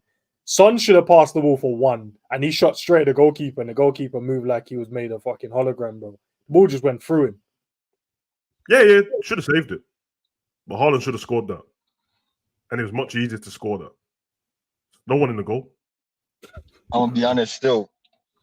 I feel like it was so easy to save that, bro, because it's literally right at him, bro. What's your stink of the weekends? The referees, man. Bun them, bro. I think we should have AI ref the game and work out on an algorithm what's a foul and what's not. Bro, I don't like cheating in games, bro, because obviously we support the game and we spend our money. I'm talking for the people that pay their money to go to games, bro. Can't allow these men to just run the game their way, bro. What's the point, bro? What's the integrity of the game gone now? Yeah, it feels a bit like wrestling. Integrity is going, bro. The integrity of the sport is going, bro. If referees are just gonna be doing whatever they want to do, not giving goals and not drawing lines and costing us 3 points. Do you know, by the way, if we would have scored that one, we would have been 1-0 up, even with 10 minutes. Would we have won? We don't know. We might have been sitting a point at the top of the table. That's the difference, bro. That's the difference. You could have been second. That's the difference. I'm trying to think who so. Yeah, referees, man, stop cheating, bro. Get some AIs in there, man. Run the algorithms, man. My stink of the week might go to Son. And Son's my guy. I think he's one of the greatest footballers in the Prem. He's cold, bro. But this man scored, put Tottenham ahead, the big celebrations, and then a couple minutes later, bro, he scored a own goal, bro. Yeah. Savage, can I ask you a question? Do you think it's an admission of guilt because you know Edison gave him that one? I don't know, man. That was free. It was free. So man said, yo, allow me to score, Edison, and then I'll just score back for you, man, and level it up. Do you know, I don't even understand how you score those stuff. I've never scored an own goal, but I don't understand when the ball comes in, right? Why? What's your shape up? Do you you open your body out to play off the pitch on your left, or do you try and hook it back where it's coming from? Because when they say when crosses come in, you're meant to play it back where it's come from, innit? But obviously you put it with height and away, but you put it back where it's coming from. You never try and clear it the other way. Now, you know, ends. I'm not, listen, I know these men are professional and all that good stuff, but I remember I was playing, a little evening football. Every evening we go and play football, right? And I remember a little scrimmage thing. I remember, bro, man took a throw in, right? It was coming in about waist height. And I go to do a volley, bro. Remember, mind you, I only got all the techniques that I don't know the toe's supposed to be pointed down. Bro, the same place my man threw it from is where the fuck I volleyed it, bro. Like some goalkeeper clearance. That's not where I wanted it to go. So sometimes when you're kicking the ball, bro, if you take your eyes off it for a split second, bro, it can just go somewhere you didn't mean for it to go, bro. I've seen Matip trying to do a back pass, bro, under no pressure, and it went for a corner. You see what I'm saying? So it does happen, but it's no excuse for it, is what I'm saying. But it does happen, man. Matip with that corner kick. Bro, it was a simple back pass, bro. And you just I don't understand how people score on goals, Abu. That's why I've never scored one and I don't never intend to. But I'm just saying, bro, what's with the body positioning in the foot, bro? Like, just clear the damn ball, man. Yeah. Honestly, right still. Kuleveski did dunk on Ake still. Man bodied Ake mid-air, bruv. Man. Yo. And I said to you in the game, innit, man did a mid-12. What they call it in diving, not a pike. What is it? A double, whatever it is. When you do the top roll, that's the pike. I don't know what the other one is, bro. But yeah, man made man spin around in the air, you know. And landed on his back. I'm fighting still. No man can do me that, bro. And make you land on your back as well, Yo, that's man, you know, bro. For what, bro? It's football, bro. I haven't even seen this man miss this, bro. The man dealing him rough still. Listen, Ake came on the pitch just to just move him like that. You know what it is? You know what it is? Because Kulusevski played on that side and Ake played on that side. It's like Kulusevski went in the game and like, yo, you see at the end of this game, Ake was going to know I'm here, bro. But they should have left on Guardiola because I thought he was, but he got the dumb yellow card, didn't it? I think that's probably why he was like, make sure you don't get sent off. But yeah, man, bond the refs, man. The funny thing is, the games where Man City have dropped points this season, apart from the Arsenal one, which was a deflection of Ake at the end of the game, they've all had the same game plan, bro. And man are starting to see that and going, you know what, might just try it still. Spurs just did exactly what Chelsea did, bro. Just go at them. You might have better attackers than us, bro, but the defense is a bit shaky in some months. So listen, go for it, man. It worked out for them, man. But only a draw. You know what I mean? Spurs are out here celebrating fucking draws and that all the time. I think Kyle Walker let 2 crosses get in the box as well, man. Like Brandon Johnson has dinked crosses in the box and that. Man. That's what he does, man. That's what Johnson does. He runs fast and crosses the ball, bro. But hey, let's get to the question.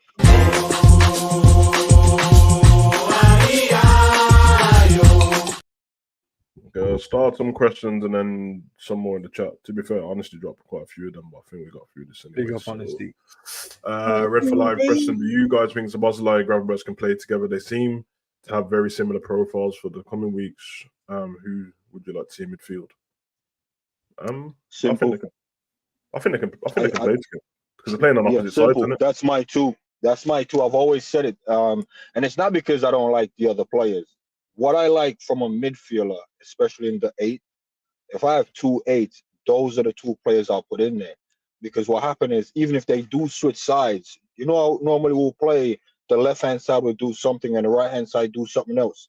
So it's almost like it's almost like 2 different styles of play. If they're both similar, it doesn't matter where they go, the consistency and the entire pitch is still there.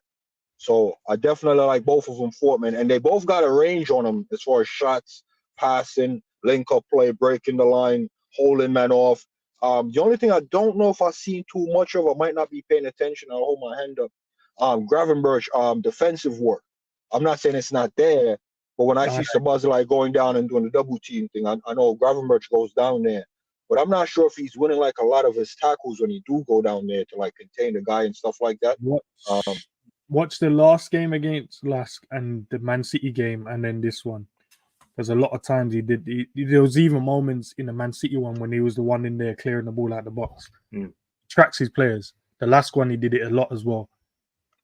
Yeah. It's just because because he does it, you know, sometimes a player just sweeps up and you're like, the ball didn't go in the box, but we were more concentrating about how the man got the crossing in the first place. Don't really pay attention to who's actually clearing it. But he does get back in. No, that's what I'm saying. I know he does the defensive work, but I'm saying like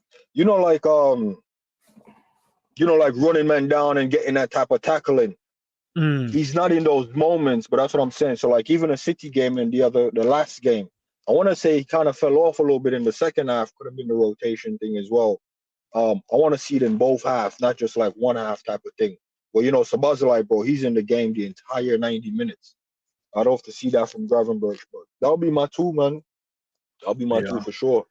Pretty simple for me. They definitely can play. Them having similar profiles is a good thing, not a bad thing. I'm with Zabiri, man. I want it symmetrical, bro. I don't want one side of the 8 being way better attacking than the other side, bro, because you can't always play down one side. Sometimes defenders get comfortable with who's running at them, and they lock you up. You need the other side to be open. It's kind of the same with the wingers. I don't particularly love the fact that there was a period where Mane and Salah were pretty much doing the same thing on different sides of the pitch, and then it started to change a little bit. I prefer it like that. You know, the difference also real quick was going from Hendo and Genie. Hendo would do a lot of covering. Yeah. They both do the base thing of covering, but Genie was the press resistant one that can break the lines, where Hendo was just doing the covering and the overlapping. Genie rarely overlapped. You know what I'm trying to say? So now you have two guys that can do the same thing. That's a massive improvement, and I don't want people to overlook it at all. Yeah, still early as well. And to be fair to Gravenberch, bro, just needs to get up to speed with playing longer games than that, man. Man, weren't playing games at Bayern Munich like that, bro. So I don't think it's a thing of important enough. I just think it's match fitness and that. Once he gets up to the level of who you having in your midfield, Ends, real quick before we move on? Who you having in your midfield? Told you, man's coming to take a man's spot before. I was joking when I said it. I think Szoboszlai plays better though with Curtis, because I think Szoboszlai is that type of player. He wants to be the guy in it. And with Gravenberch in there, bro, you can't be that guy. You have to share it. Oh, shit. I'm just want to be the guy. It's a good thing, bro. I love that we have players like this. They're young, they're hungry, and they wanna be successful and achieve shit, bro. So yeah, man, I feel like Szoboszlai plays better with Curtis because Curtis just does the ball, and then Szoboszlai can do the little roaming and get shots away and do what he wants. When you're playing in Gravenberch on the pitch, bro, and he's dropping shoulders past, man, like what he's doing, link up play, 1-2s and little cheeky little reverse passes. Yes. Yeah. Red for Life said, I challenge anyone to talk shit about Wataru. I'm not having it anymore. This man has done so well for us so far. People didn't want him, so they hate him without reason. Oh, yeah, I agree. That the man are set in their ways, innit? They already spoke on him before they saw him play football. So now they just stick with it because internet in it. But hey, pussy. Real quick on this. A man voice note me right after the game, which I thought was weird. I'm like, bro, man voice note me right after the game. Not even going on the stream yet. And the man said, yo, Zabiri, you must be connected to a higher power, bro, because you're talking about building a team around Trent. We can put him in midfield or right back, just build a team around him. You talk about Endo, you talk about, Gakpo, everything you're saying, bro. It's almost like and then he was bigging me up because I said, yo, Robinson was cold, and he was like, nah, Robinson is shit. I'm like, nah, man, Robinson, the left back is cold. Anthony Robinson, like, nah. That's my guy. Yeah, bro, but the dude was confessing, and he was saying everything I'm saying. He was like, yeah, nah, Zabiri, you must be connected to a higher power. I messaged the man back, and I'm like, bro, I don't want to be weird. I appreciate the compliment. But if you know I'm always spot on, why did you exclude FSG out of this conversation? Man just text me back and said, "Love my brother." I'm like, God. You bring back up some old shit as well. So the whole time you're saying I'm right, bro. You weren't saying I was right about this one. Yeah, man. Question: will Trent be bigger in Liverpool compared to Gerrard since how much? Nope. One more, and they are both Scousers. Trent got 100 GA as a right back. No. Nah. Savage. To us, no is fair, and I won't knock any man for saying no. Correct. But in the context of the game and accolades and stats, Trent's stats can peak Gerrard's stats. But because I grew up with Gerrard, even though I'm growing with Trent now, but as a youngin, Gerrard meant more to me than Trent do now, and it's just because I'm older. But if you put them side by side stat-wise, bro, Trent, especially if Trent get 2 more Champions League, bro, and 2 more Prems, it's gonna be tough, bro. You're gonna be bringing some George Best conversations, bro. I'm just saying. The reason why I said no is because there's players that won more than Gerrard before Gerrard even played for Liverpool, and man is still saying Gerrard. There's bare, bro. You know how many Champions Leagues and that all the stuff what we're doing before the 90s and that, bro. And when man ask about the best players and that, there's a couple of old Donnies, not a couple, quite a few that will say Dalglish. And then it just seems to be Gerrard on the other side, bro. And there's that whole gap with Rush and Souness and all these people and that, and he's still picked there, regardless of how many trophies he's won. It's always going to be like that because Trent's played with a better team in it. To be fair though, to the question as well, the question was based on what we think. So There's Yeah, no right or wrong answer, but yeah, it's what we'd prefer. I don't think so. I don't think so. Gerrard saved us a lot, man. My childhood was great, bro. Yeah, Because we had one player that we could just rely upon and said, well, at least he's better than your midfielders. Yeah. Yeah, nah, that's what I'm saying. That's what I'm saying. Gerrard for us was a trophy. Trent for us now isn't a trophy. You know what I'm trying to say? Like making moments. He's making moments. Yeah. That's a good thing because he's already got a couple in his locker, bro. Do you think he chose to do that celebration because of Gerrard, bro? Because I don't know, putting on the since man put on the Predator, bro, this man just wants to score goals, bro. Adidas effect, bro. You know what I mean? Adidas can't believe it. Trent, I'm telling you, bro, go sit down with them about that contract and get your money up, bro. Because no, man's one of the highest paid athletes right now, so he knows. Question: why don't you care about City? City have been getting away with it for time, bro. We don't forget about Rodri, Handball, Kovacic not getting a red. Because I'm not biased on it.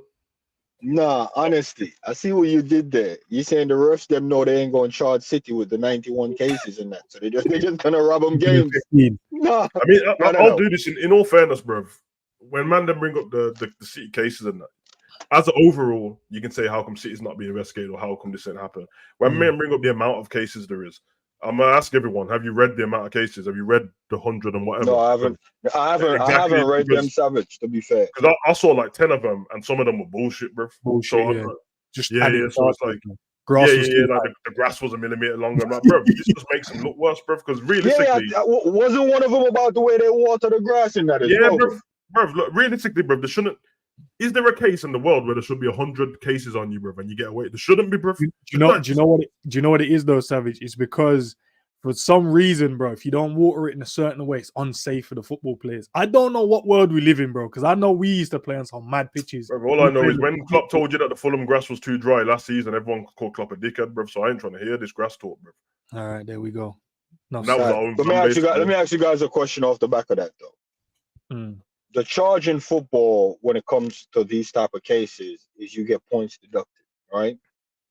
And I think so. A fine and points. Right, yeah. If the referees or the refereeing body cost City 20 points in this season, just cost them 20 points, same way they cost us a few points already, would you be okay with it or would you be upset because there's other team benefiting separately from them just getting the fine? Because City get a fine and drop 20 points, a lot of teams still benefit from City. I mean, if refs cost any team 20 points, the ref shouldn't have a job, bro. 20 well, points it's not just going to be the one ref. That's why I'm saying it's the refereeing body. Well, 20 points in general is crazy, bro, because if you look at the bottom of the table, them man are on 6 and 7 points already, bro. So they might not even get to 20. So that's a whole team being relegated. So I know you're asking a rhetorical question, but I doubt that could ever happen. 20 points is crazy, bro. But if that's in there, there's a bit of match fixing going on, bro. There's no way you can see week in, week out these men are just costing these man points. So it's to do with the charges still. I do care about everything. That's why I bring it up on the channel, bro. I don't know any other channel that's talking about the decisions on the whole segment. No, they won't care. We'll do the agenda thing and I bring it up because I can't. If I don't bring it up and then something happens to Liverpool the week after, then it's like that means I don't really care about the problem. I just care about the fact it happens to Liverpool. I want football to be fair, bro. Yeah, I mean, when Liverpool win a game, I want it to be. That's why I don't. When people say Liverpool, bro, honestly, forget Liverpool bias. I don't believe it, bro. Because all the decisions that Liverpool's been benefited against VAR, it's the right decision, bro. Not subjectively. It's the right decision. You can see it, bro. There's nothing I've seen and gone, oh, nah, there's no way. You remember I said to you, Ends, that the League Cup last season, not last season before, we played Chelsea twice in it, FA Cup and League Cup. And I said, when Lukaku scored, I'm like, that's kind of unfair still. That should have been a goal. Yeah, it should have been a goal. But it was his big toe. What was offside, isn't it? Everyone, Liverpool, they didn't get it wrong. That's literally right, bro. He is offside. I just think it was harsh. But being harsh isn't the rules, bro. You know what I mean? So I'm always gonna call it out either way. And when stuff happened, when something happened against Man City, when they're playing against another team, but they're in a title race for Liverpool, of course, every Liverpool fan's going to react emotionally. But that's not about Liverpool. It's about the game. It's nothing to do with Liverpool, bro. That's a completely different game. Rodri should have got sent off in this game, and if he got sent off, they might have lost, and Liverpool would have won the league. That's stupid, bro. You should only be talking about it in part of the game. I don't know how it feels about it, but that's what. That's exactly what I just want football to be pure in it, and that's why I said I'm giving the stinker of the week to the refs, bro. Because you can see that man's cheating. There's no way that's a mistake. You know, a mistake is if you subjectively look at a foul and then didn't see something because you didn't catch it properly. A player might run across your eye line and then you don't give it, and VAR helps you out, whatever. That's a mistake. Didn't see the tackle properly from my point of view, blah. But to give play on and see a man clean through on goal and then blow your whistle, yeah, that's crazy. Yeah, you have to call that out, man. We can't, even if we're rivals, you have to call it out, man. That's only the right thing to do. Because if we do the bias thing and then later it happens like what Savage said and it happens to us, then we look like dickheads, bro, calling it out. Oh, yeah, but if I've seen a Liverpool player dive or something before, I call it out, bro. And that's why you see the most other content creators that they'll probably call it out because it's when it's done to Liverpool, not because they want actual change. I want actual change. Yeah, because what was it? It might have been the last game we played in the Europa League. Someone not Darwin, but he just flew himself on the floor, bro. And I'm like, bro, it was the last game. He threw himself on the floor. Yeah, they get the fuck up, man. It's not a foul, bro. And I remember when we got battered against Man City 4-1 in the COVID season. The one goal was from a penalty. Salah dived, bro. It wasn't a penalty, bro. Get the fuck up, bro. Do you know why? Because he kept trying to get one and never got one. So he yeah. So, and then they all called him diver, bro. After that, I was like, bro, yeah, man. This is what I'm saying, bro. So, honestly, a question: some of these men don't rate Darwin and go off when he misses. Their logic is Salah is better, should expect more from him, from the better players. So why do they get mad when the guy they don't rate misses? That's a great honesty. You know what you need to do, bro? Go and ask that to the other content creators, bro. Because they're the ones that say these. Just go and ask them, bro, and to see what their reaction will be. Yeah, the thing is, like, I always tell people, yo, what do you think about Darwin? I'm like, yo, he's a player that I love and hate. Because, bro, I've always said it, bro. The guy will do I'm like, yo, wonderful player right there. But I don't go over the top. And it's not because I don't rate him. If you're a striker and you hit the woodwork 2 times in a game and miss one chance, and throughout the entire game, everything else is great, bro, I can't knock you. You see what I'm trying to say? And the Hendo thing as well. If Hendo finishes the season with 5 goals and 5 assists, that's a great season for him. If Darwin finishes the season on 20 goals or 25 in all competitions, it's still a good season from him.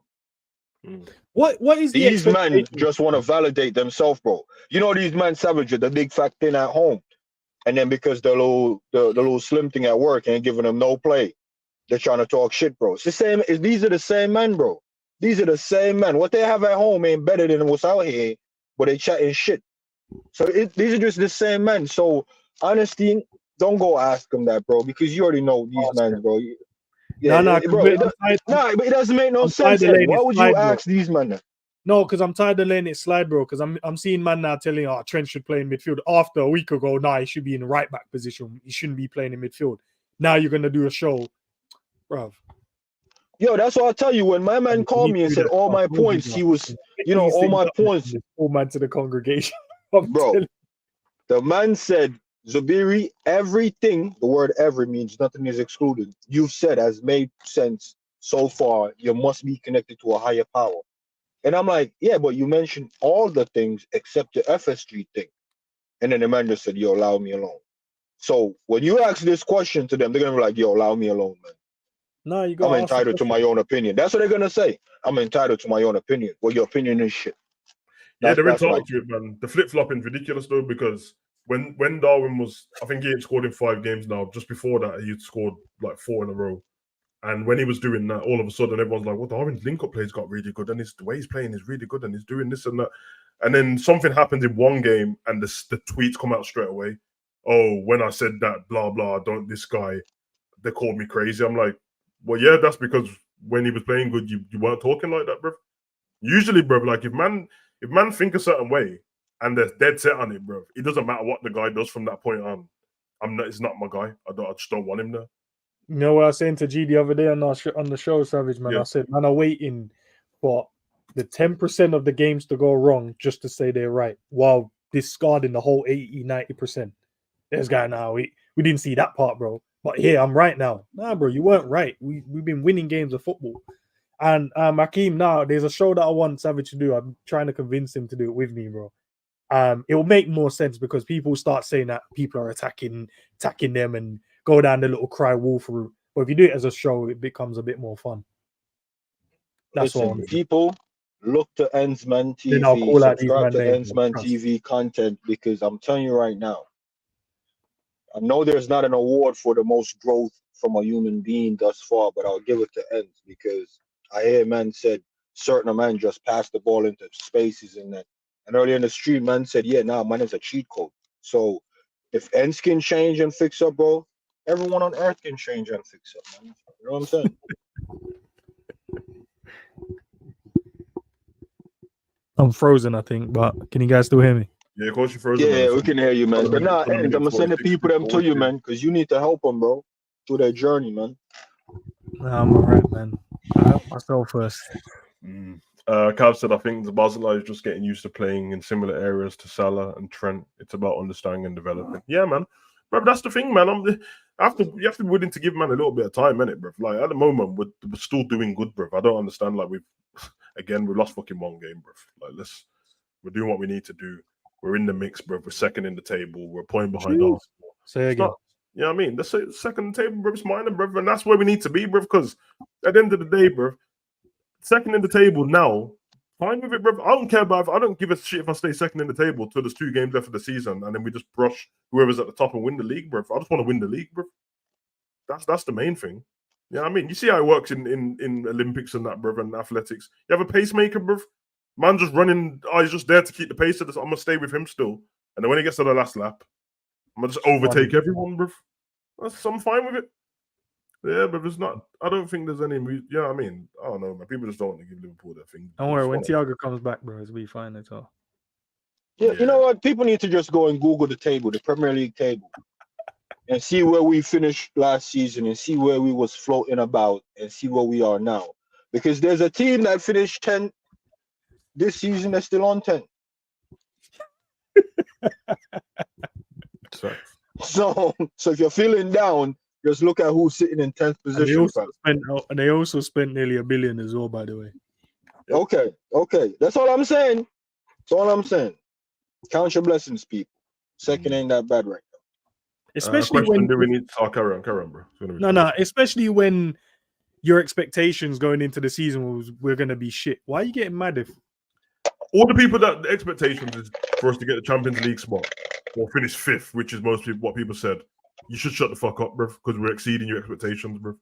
Just be happy, bro. Shut up, man. I don't want to hear you moaning that play. Only me and Savage, the Avengers, obviously Zabiri and Cav, should be moaning, bro, because we're the only ones that said that shit. The only one the expectation was high. So if we were doing shit, we're the ones that should be complaining. Everyone else is just complaining. Should be better defensively, can't be conceded. Well, you didn't expect us to be where we are, so shut up. Yeah, man. It's like having a missus with no legs, bro, and you want doggy position, bro. She got no legs, bro. Why are you expecting it? Well, I don't, bro. Why you get mad at her at the end of the year and that? Where you're like, yo, babe, I'm pissed though, because no doggy. She got no knees, bro. She just from the waist up and that, Storus and that, bro. No leg to stand on. What you pissed about, bro? If anything, she does their thing and gives you a couple blowjobs. She exceeds the expectation, bro. Man, are just mad for no reason, bro. Nah, man. Yo, big up Becky with the no legs and that, bro. Anyway, bro. Question, do we need to speak about Mo's overall game? Because apart from his goals and assists, his overall game has been shit. Don't go past his man. Stand still receiving the... Oh, yeah, honestly, I can't lie. Wait. Nah, time out. Savage, relax. Because you went on that rank. I can't have you... No, but I read the question, bro. No. Savage. I'll take this one. Because what you said earlier, I can already see these men are pulling you into a dark place. And I just need to say... There, go. Sorry. I know you too well, fam. Yeah, listen, go ahead, Zabir. You cannot say man overall game and then bring 1 point. Going past a man isn't his overall game. Did you not see the weight of pass he laid off to Darwin? Did you not see the nod downs he gave Darwin in the last game, bro? His link-up play has gotten way better. His involvement in the game has went all the way up. I will agree with you. In the past, his overall game will be shit and he'll score an assist. I get that. This season, he still hasn't been able to run passes, man. But the link-up play of Mohamed Salah, fam, He's playing at a world-class level with his link-up play, and he's always an outlet. Whether he goes past his man or not, bro, Salah used to never cut the ball back and just bust off a slipper shot for no reason. He's worked on that as well. So he's more involved in the game than any of his other seasons before. You can't just take the 1 point of not beating a man and say his entire game is shit. Him not beating a man is shit. And that's as honest and clear as I can play that out for you. Because if Savage talk on it, some fat guy are gonna get shot for no reason. strongly And I want to see it. disagree. I strongly disagree. Yeah, I can't lie. I disagree completely. Bro, I disagree, bro. I don't think this is the season where he's been more involved than any other season, bro. I mean, if you call involved doing the wrong thing, then maybe. Savage, be honest. The whole month, Ed. he won player of the month, Zabiri. He won player of the month. Let me put it to you straight. He got 5 goals. 2 of them was penalties that he had no involvement. He was dog shit in the game. Yeah. The other one, Darwin gave him tap-ins.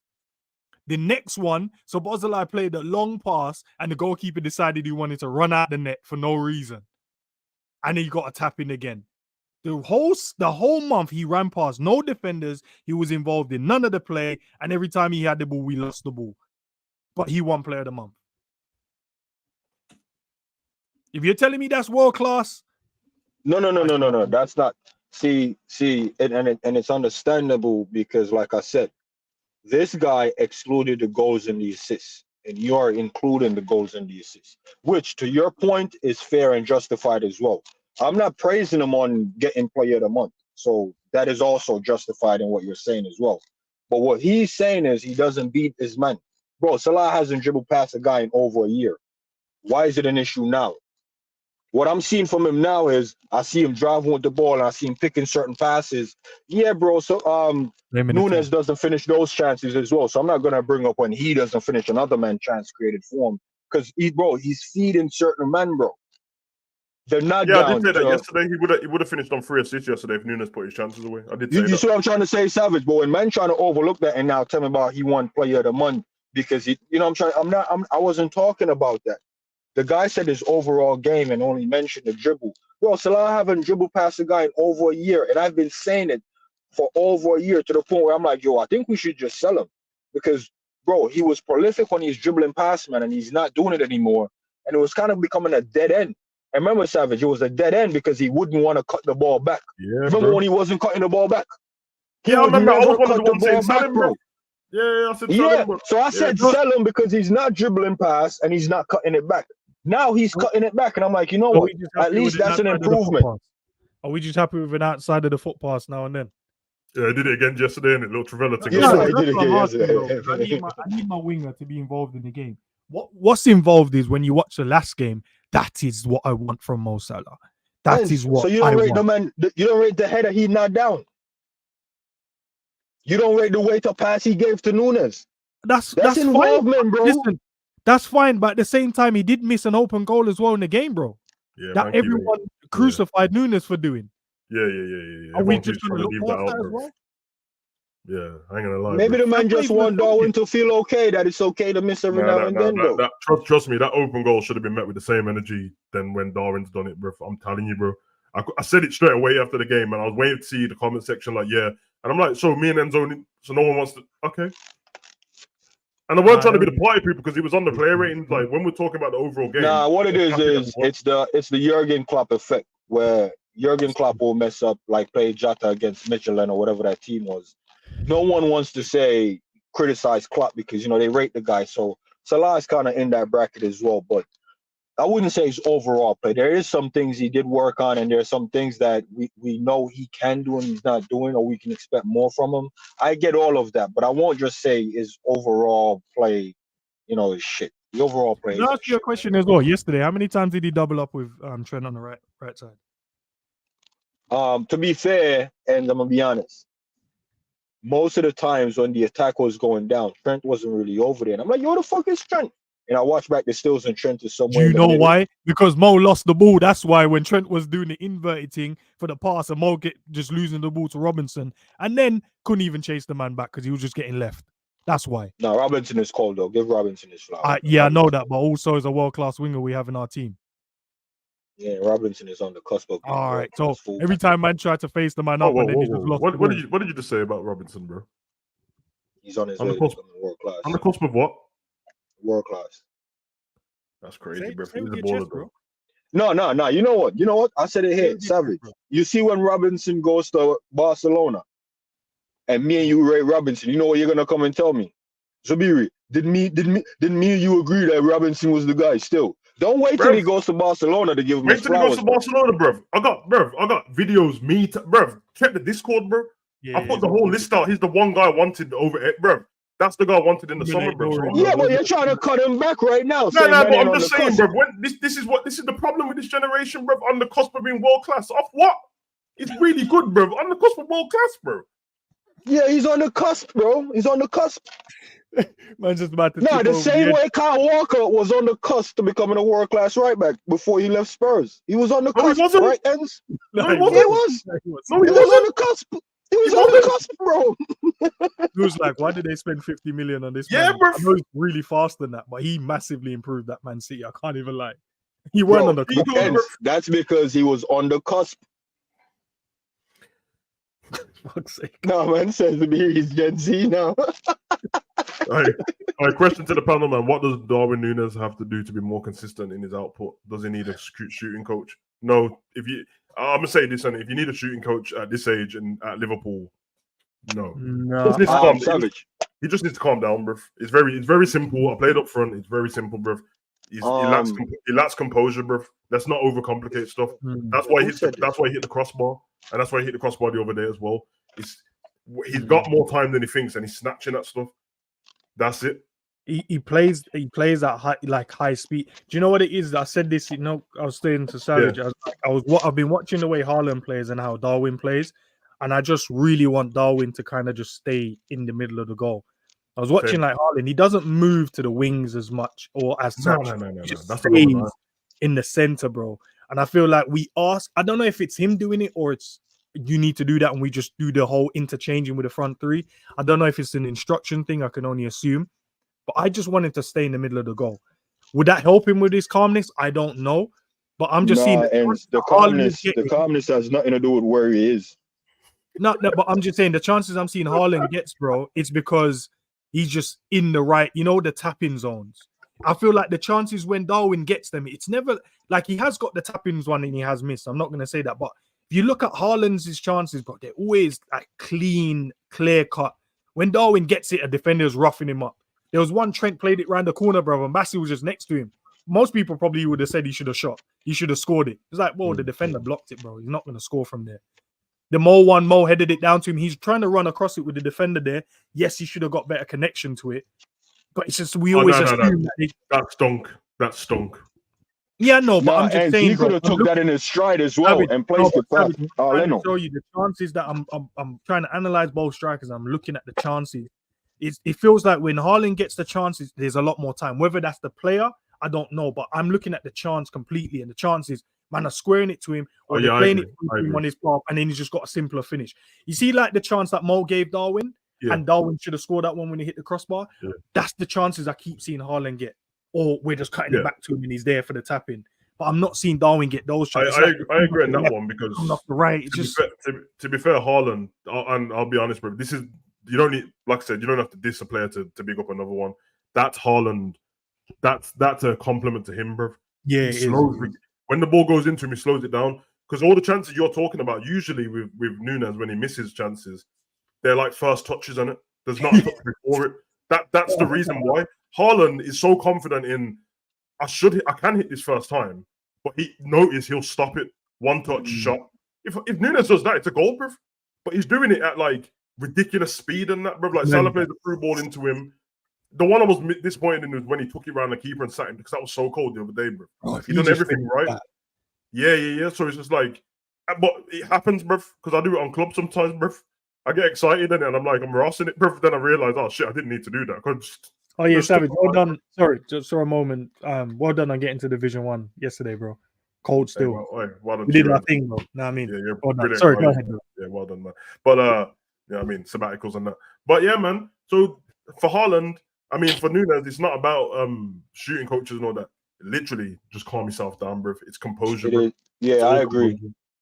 I agree Matt, 10 because goals even this the season? chances Haaland miss, Yep. I'm not gonna say they're Nunes-esque, but it's the ones he take first time is usually the ones Yep. he missed. The ones Snatch where that he's down. rushing it. So it might be an overconfidence thing as well, you know. But if Yeah. whenever Because you know Haaland you calms can. I himself agree. down, bro, dangerous. And then when he's snatching at him, bro, he keeps missing him, skying him, and I'm I like, agree. bro, Haaland, what are you doing? So There's only in that certain amount of moment, strikers. Yeah, yeah, I agree. There's only certain amount of strikers I know that can do that. I remember I said it before, bro. Vardy has that in his locker, bro. Because Vardy was rapid on it.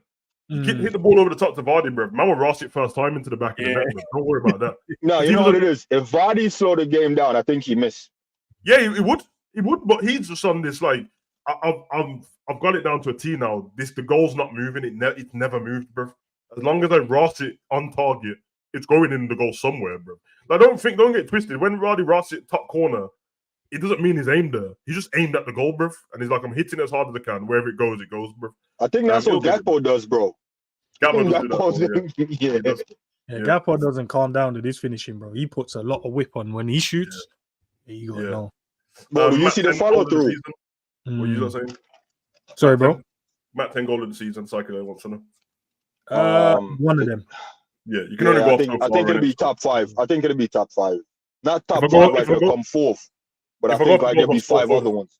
Yeah, so far this season, I'd say it's him and Garnacho at the top for me. But, choose between them, technique, both of them. One more distance, but yeah, for me, it's between them two.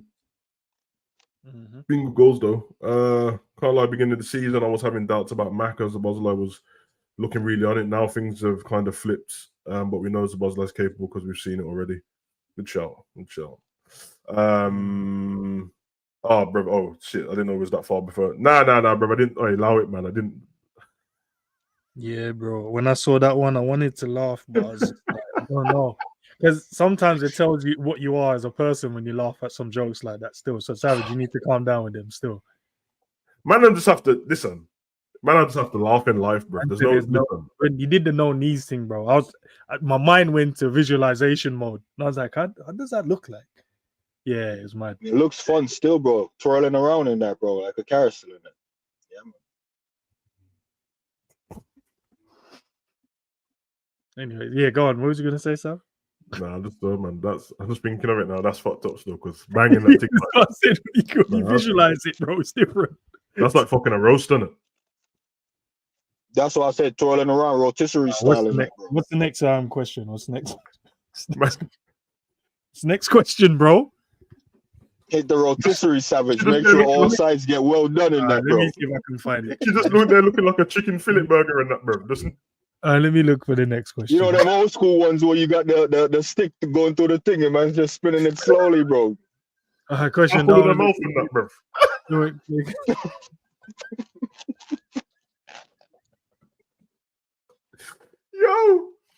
Yo. Speaking of no legs and that, Pistorius is getting released next year, isn't it? That's crazy, bro. Is he next year? That's crazy, bro. I thought he'd gone down for life, man. I thought he never had a leg to stand on, but clearly, you know what I mean? Man like Pistorius and that, bro. Let's be honest, man. Man only cared that he killed his team because she was kind of fire, bro. If she was ugly, don't give a shit, bro. Anyway. Question, is it me? Darwin looks mid when he don't play consistently every time. He needs to get back into the looks of but when he plays a couple of games, he will cook again. Nah, because Klopp's been playing him. Yeah, no, he gets a lot of game, man. He's just not having the rub of the green, man. Yeah, what was the game he scored 2 in, bro? And they both got disallowed because he was offside. The overhead kick one got disallowed, and then he had the other. Was it Villa? Villa, Bournemouth? The Bournemouth? I can't remember. There's just game. It was at home, wasn't it? And where he set up one of Mo's goal. Yeah, I feel like it was Bournemouth still, but I don't know, man. But obviously now he's got the baddie hairstyle and that, bro. But I don't know, bro. He just needs to. You guys put it perfectly well. Just need to calm down, man. Yeah. There you have it. Red for life. Just slow down a little bit. He's so frantic. Him and Doak are cut from the same cloth. Yeah, Doak's frantic still, man. This geezer. Savage. What if we maybe it's their nature, you know, like you saying Vardy with the high pace thing. Some man that might just be their nature. So slowing down may not even be an option for them, man. So if it's not an option for them, man, you might want to get the general, like the high speed flash thing, to come in and get them True. calibrated. Like Okay, you know, well, like the NBA got the ex players coaching some of the prospects and that. Bro, maybe Vardy will be like, yo, here's a pointer to do it at that speed. Because, bro, you can't drive 100 miles an hour and expect to make a 90-degree turn. You might have to drift that. You know what I'm trying to say? So maybe that'll be like a little instruction on how to get that right, bro. Because Dork is not saying the same way, but the pace in which he runs past a man, bro, it's like, bro, you need to be sure of your next touch once you go at that speed. Because if not, you're just going to whip it for no reason. You know what I'm trying to say? Don't play like a thingy. Don't play like a pro club player. He 100%. Bro. Wingers in it. Yeah. And then when he cuts in, he has no intention of passing it, bro, until he gets right by the byline, bro. Yeah. But do you think it? Because when I watch him for Uruguay, he looks a lot more composed when he plays to them. Do you think it's just the red shirt with the fan base? Because he's a man that he pays attention to the criticism, regardless of what he will say. I can tell he does. But for his country, bro, he looks really calm and composed, bro, when he goes to finish. I don't know, because his overall game, aside from them kind of chances, it's got way better, bro. And he's involved in everything. Like, I think Mandem put up just that he was involved in like 3 of the goals yesterday or whatever. Or something. Yeah, no, he was involved. He's the one that. But it's just that, man. Listen, maybe, I don't know, man. Maybe even just have to have a word with Robbo in training and say, listen, I'm just going to give you the ball and just roast the ball in as hard as you can. Every time I'm going to try to finish it, bro. He's going to have to do something, bro. Maybe that's what it is. Maybe that's what it is. Salah done that. No, I'm not saying it's working now, but he did done that. I remember Salah in the documentary said when he was trying to work. Remember when he first came to Liverpool, he just whipping everything in the top corner. Just said that he brought the full size goal for his back garden and just spent bare hours just doing it all the time, bro. Just whipping it every single time. Sometimes as a player, we have to take it away from the coaches and Klopp and all these people and only blame them, bro, and go, listen, you're a footballer and you've got everything at your advantage at the stadium, at the training ground, but you have to just do some stuff yourself, bro.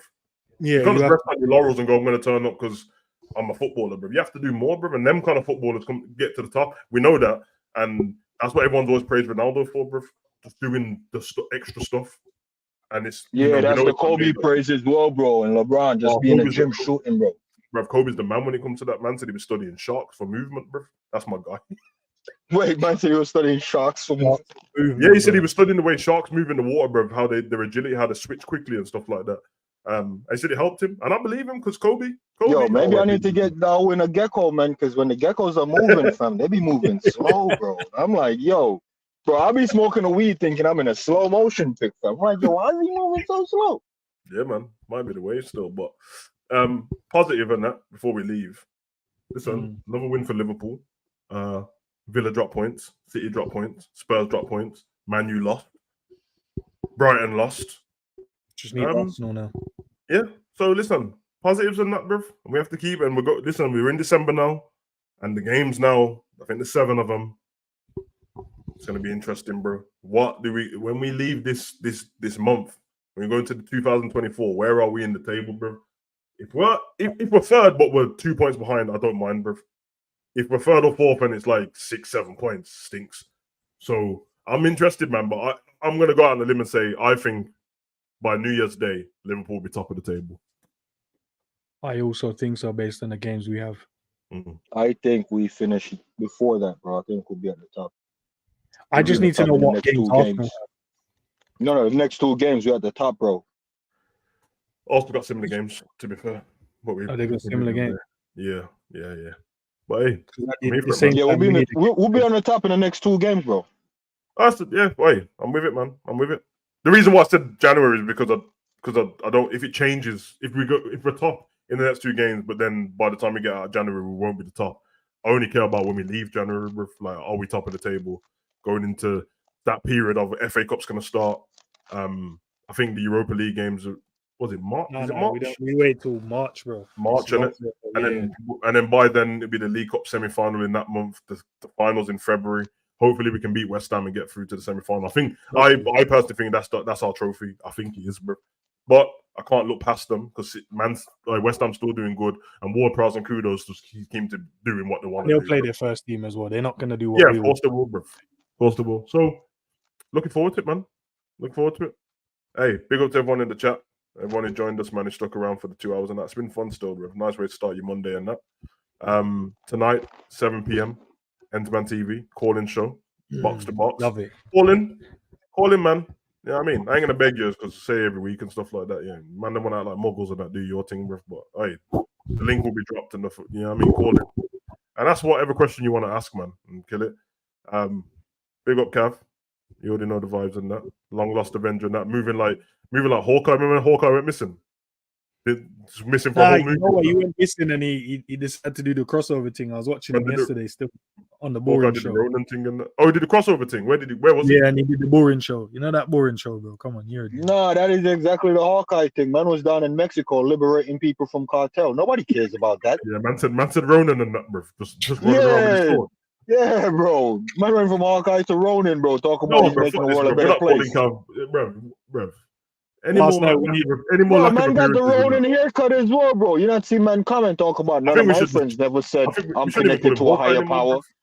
I think we should just call him Clint.